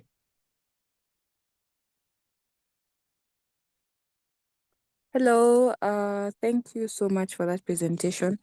So I wanted to ask, something has stood out to me when you said it's important to alert the donors, maybe once you've changed the composition of the team. Maybe a question in relation to that will be, when you're writing a project proposal, they normally have like a list of, expert, consultant, project manager. You're supposed to highlight all that with the names. So maybe any tips on how to ensure that that listing of the staff is credible in some way? Because I've seen in some applications, they also tell you to attach the CVs of the people who will be working on the team. So are there things they maybe look at? Let's say, like, if you include a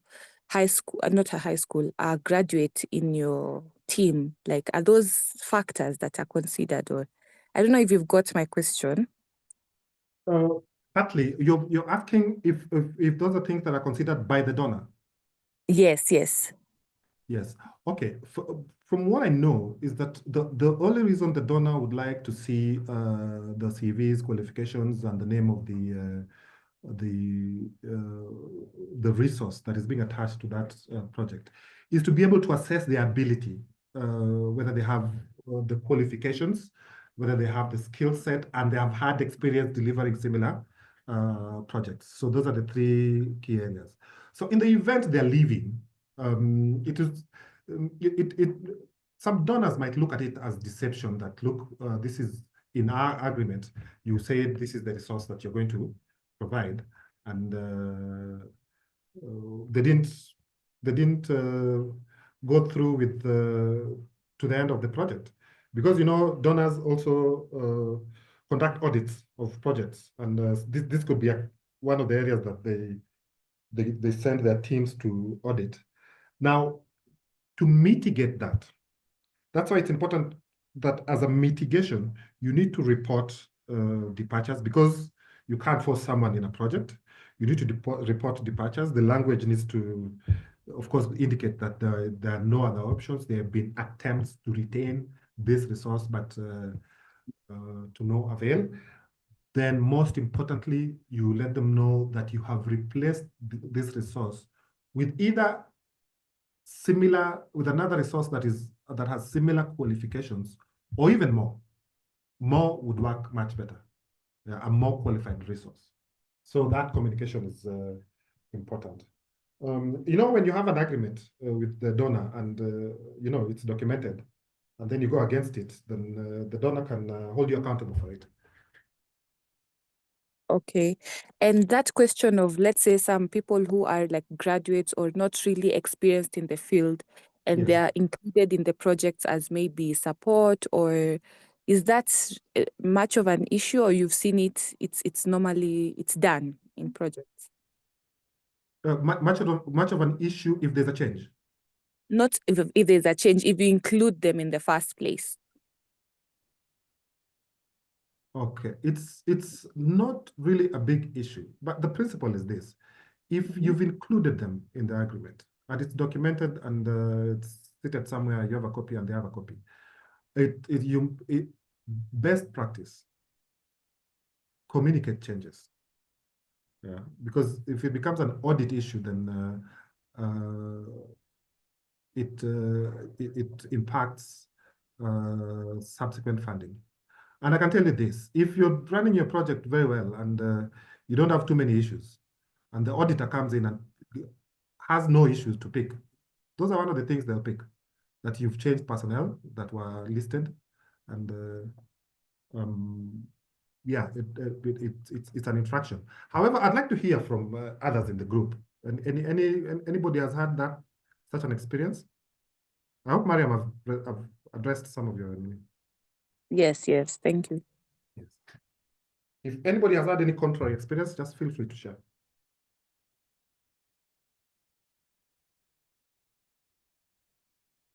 There's George.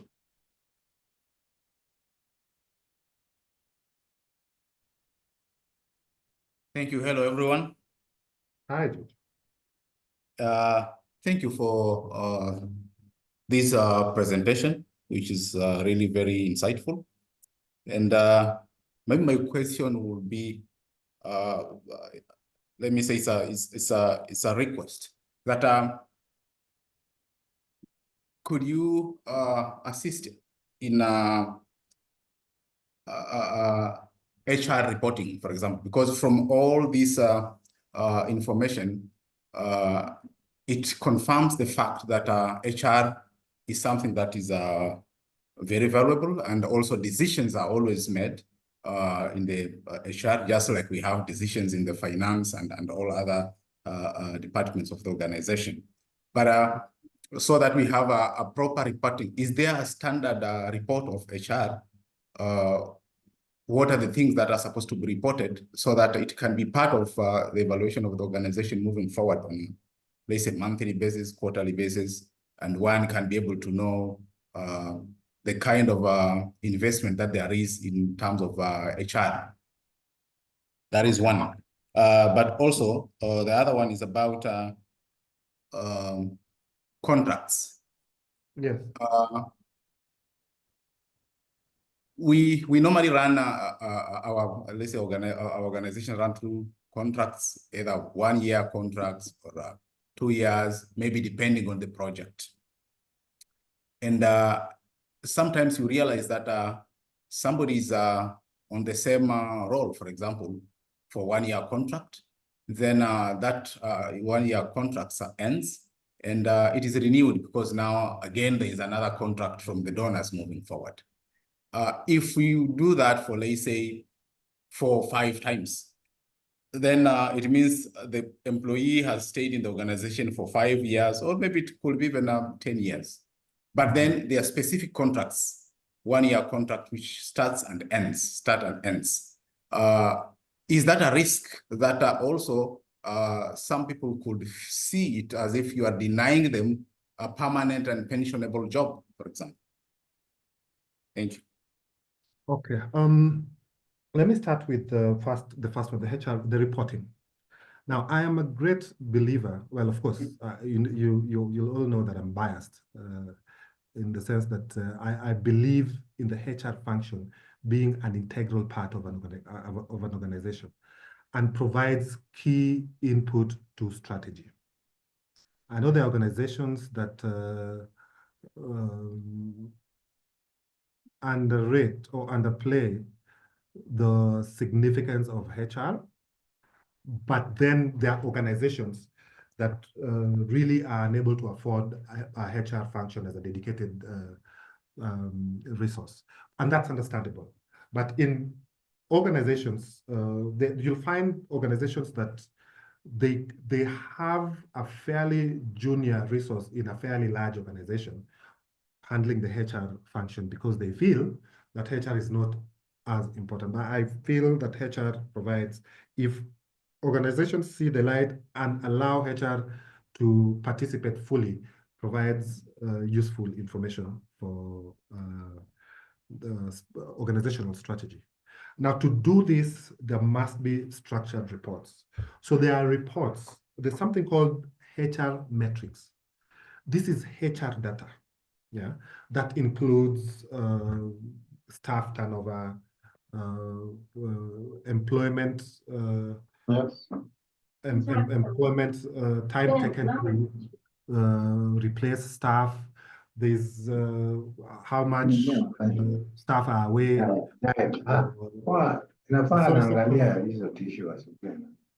much? Frederick, please mute. Someone has spent. Sorry. How much time do you have your staff going on sick leave?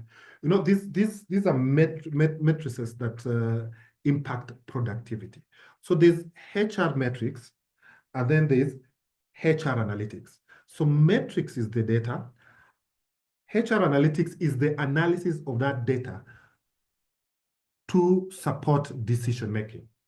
So, for example, if you have staff that you have a high level staff turnover, then you immediately know that there's a problem, and then you immediately start developing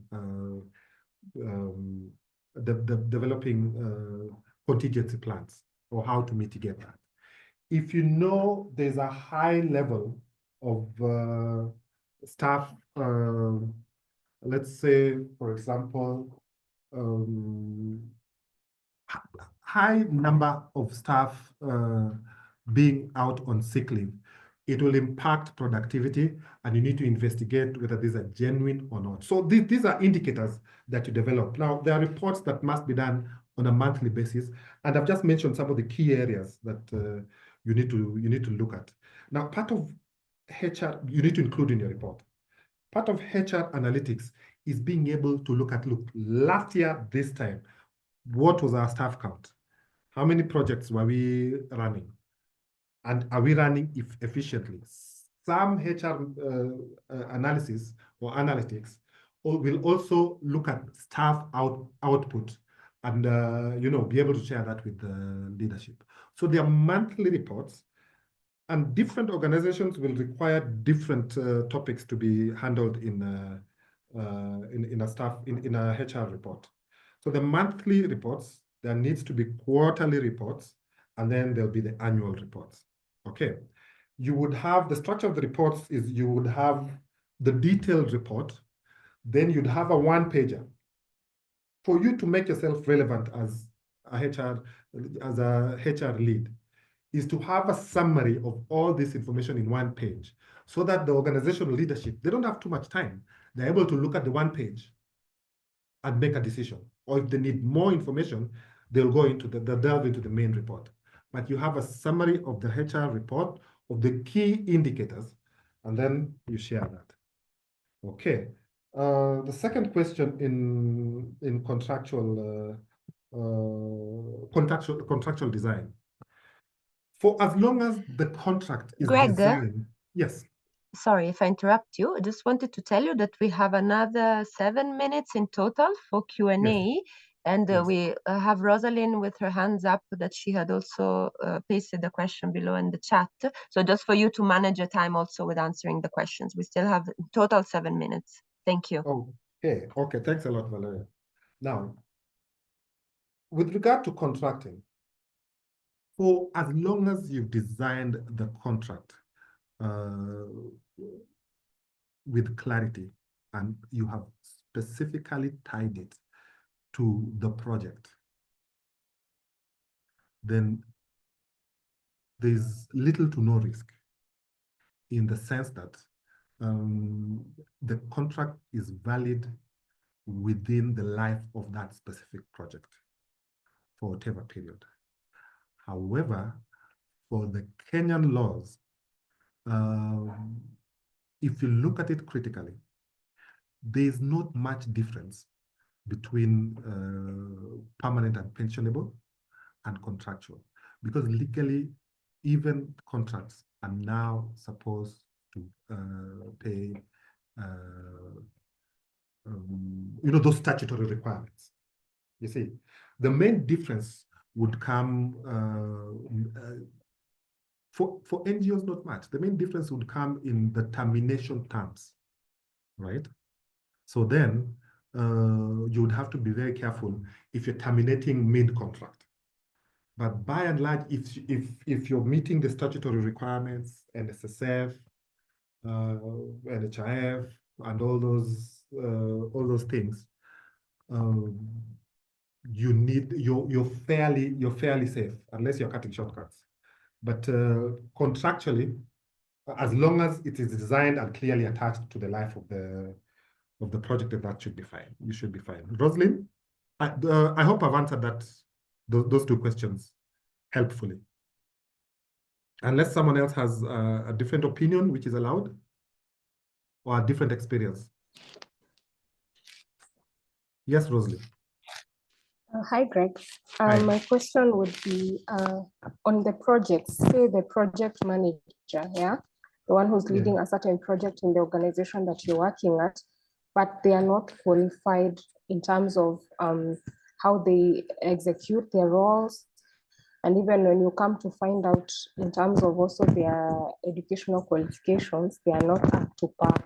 So most of the things are running late. If it's reports, they're running late. If it's project implementation, they're also running late. How do you navigate around that? Because now it seems that someone who's lower than them is the one who's actually more qualified to be in that role in terms of their papers and also in terms of their experience. Thank you. And also if you could share your email for anyone who'd like to reach out in terms of support after this for the review of the policy. Okay. Now, first and foremost,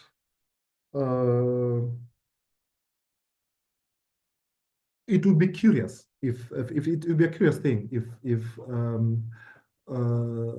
an incumbent in a project role or project lead role does not meet the qualifications required, because that means then that there's some mistakes were made during recruitment and selection.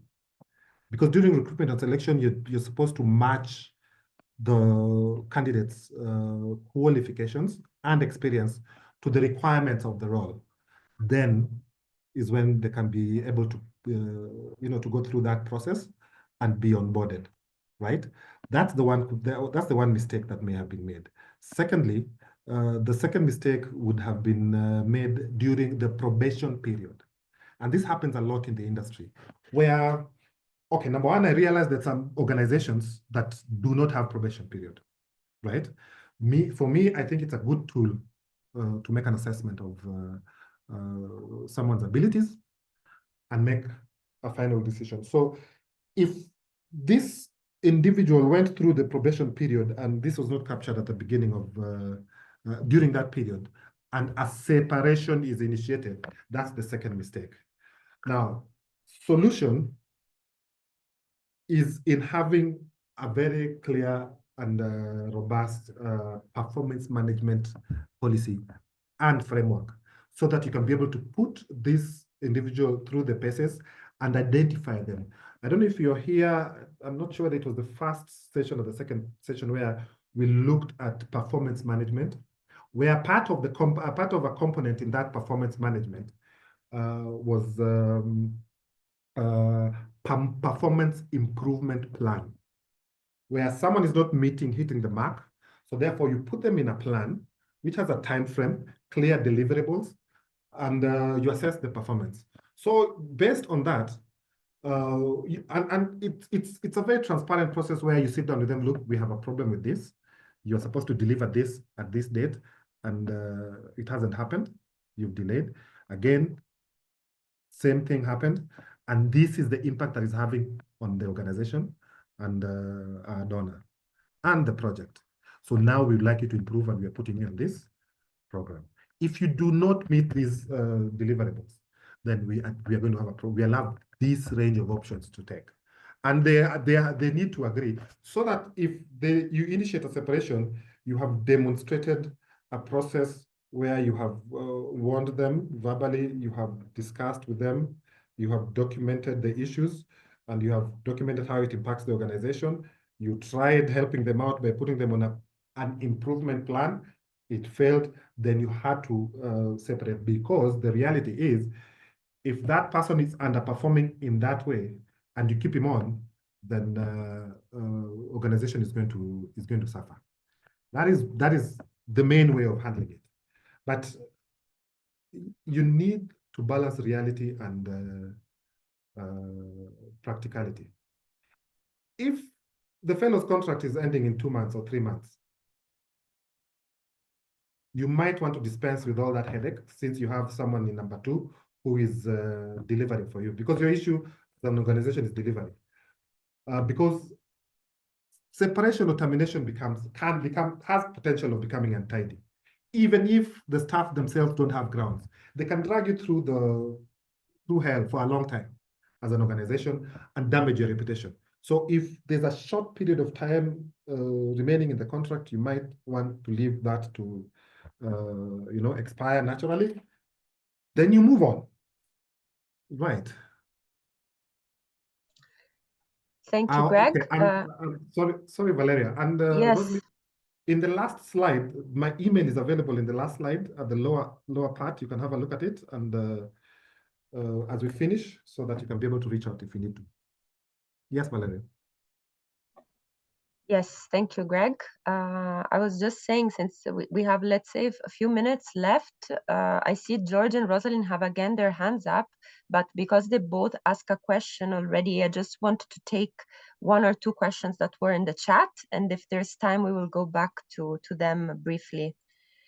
Okay. So one question that is in the chat, what will happen if a staff known to the donor exits from an organization? Will it not affect the entire project? Okay.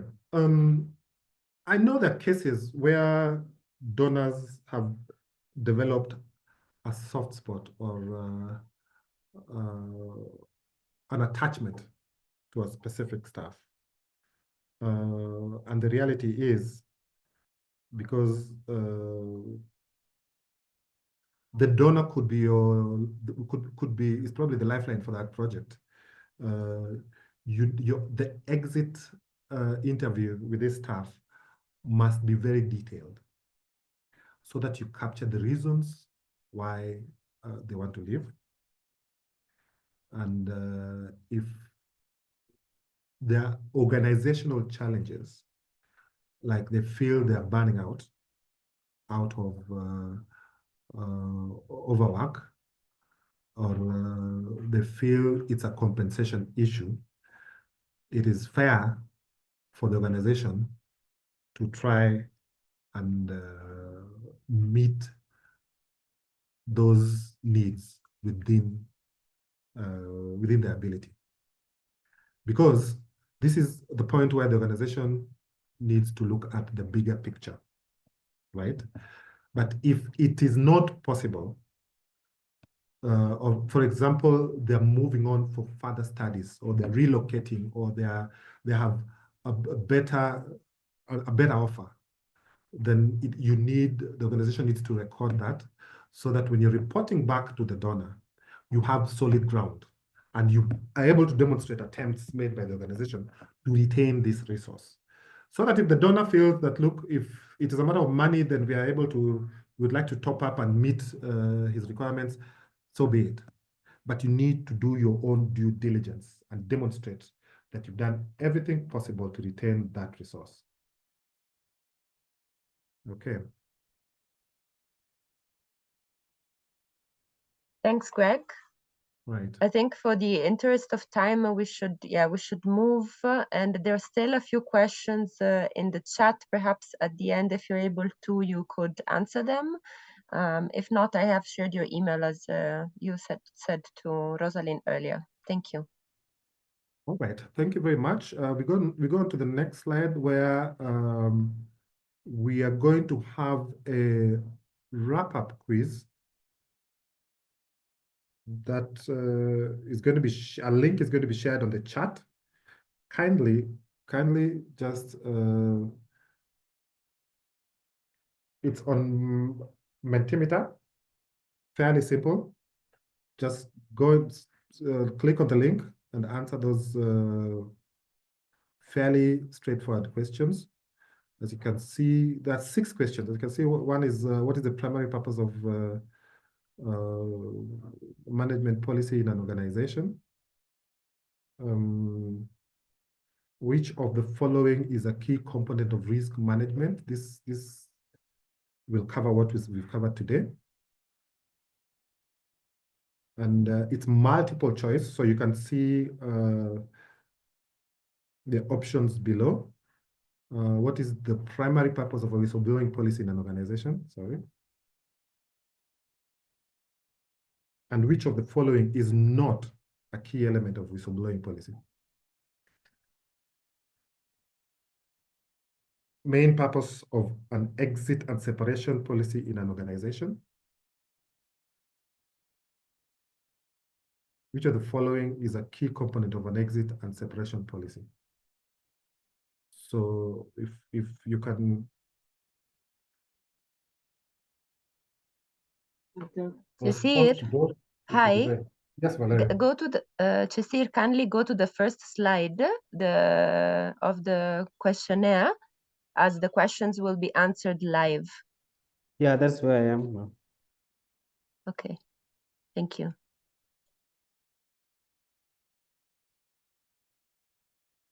Okay, please participate.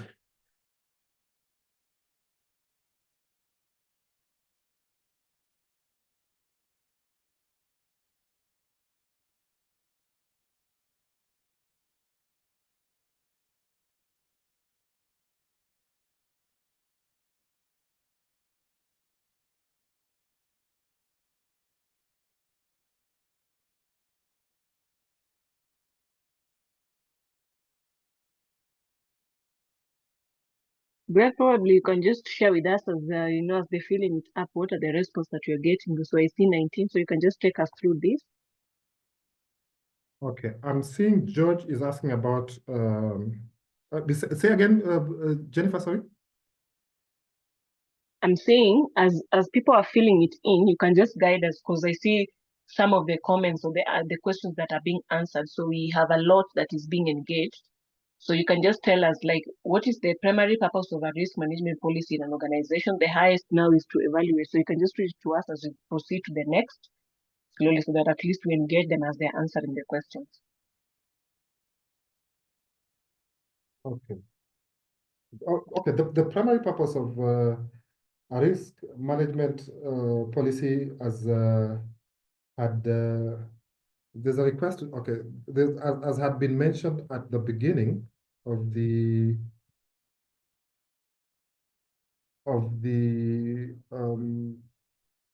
during the session is to do with identification, evaluation, and addressing organizational risks.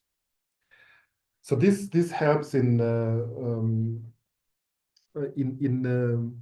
ensuring that the organization is able to meet their goals with minimum exposure to adversity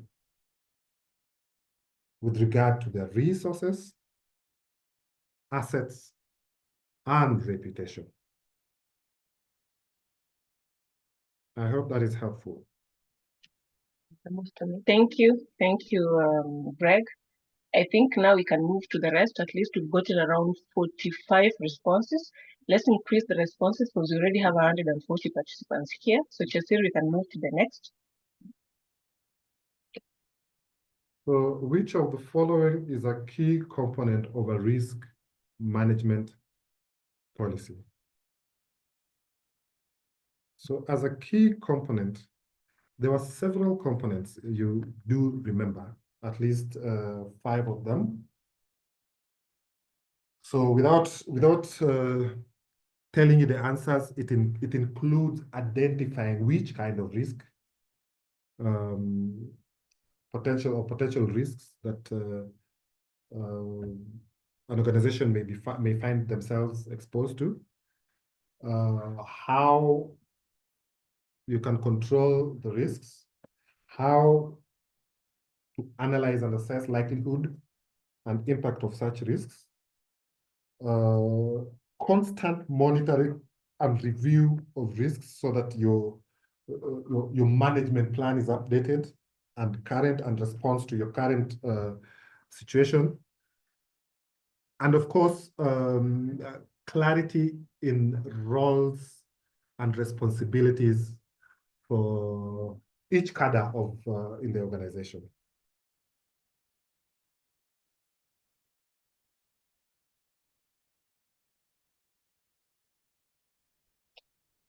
Thank you for that, Greg. So I think for the interest of time, so we're moving to the next. So because of the interest of time, what we can do is the rest can still be going on to answer the questions in the Mentimeter. And then for us on our end, we will allow Greg, so just conclude on your end so that you can move us to the next steps. And then I will also request David to be on standby because the next slide will be on you. So Greg, on to you before we proceed to David. Okay, I just want to conclude that in the 3 sessions, we've covered, in the first session, we looked at some of the pillars of the HR function and why a HR manual is important, right? And then we proceeded on to look at, in the 3 sessions in total, we've looked at, I think, 9 policies. Now, these 9 policies, in my view, are unavoidable in the HR function, but there would be a lot more policies required in organizations, right? So it is for you as leaders in the HR function or individuals that are navigating the HR function in the organizations, although they're substantively in other roles, it is for you to do a self-assessment of the organization and see what you need. And I can assure you that once you have policies, your work becomes very easy because then there's consistency and clarity of expectations within the organization. So, and these policies ultimately should be covered or should be included in a HR manual. And another output of the HR manual is the rules and regulations in the HR manual can produce, you can use that to produce your code of conduct.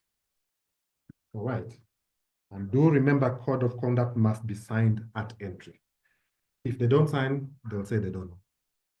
So I'd like to conclude by wishing you the best of luck as you navigate HR and its challenges. And hopefully join us again in another webinar. Thank you.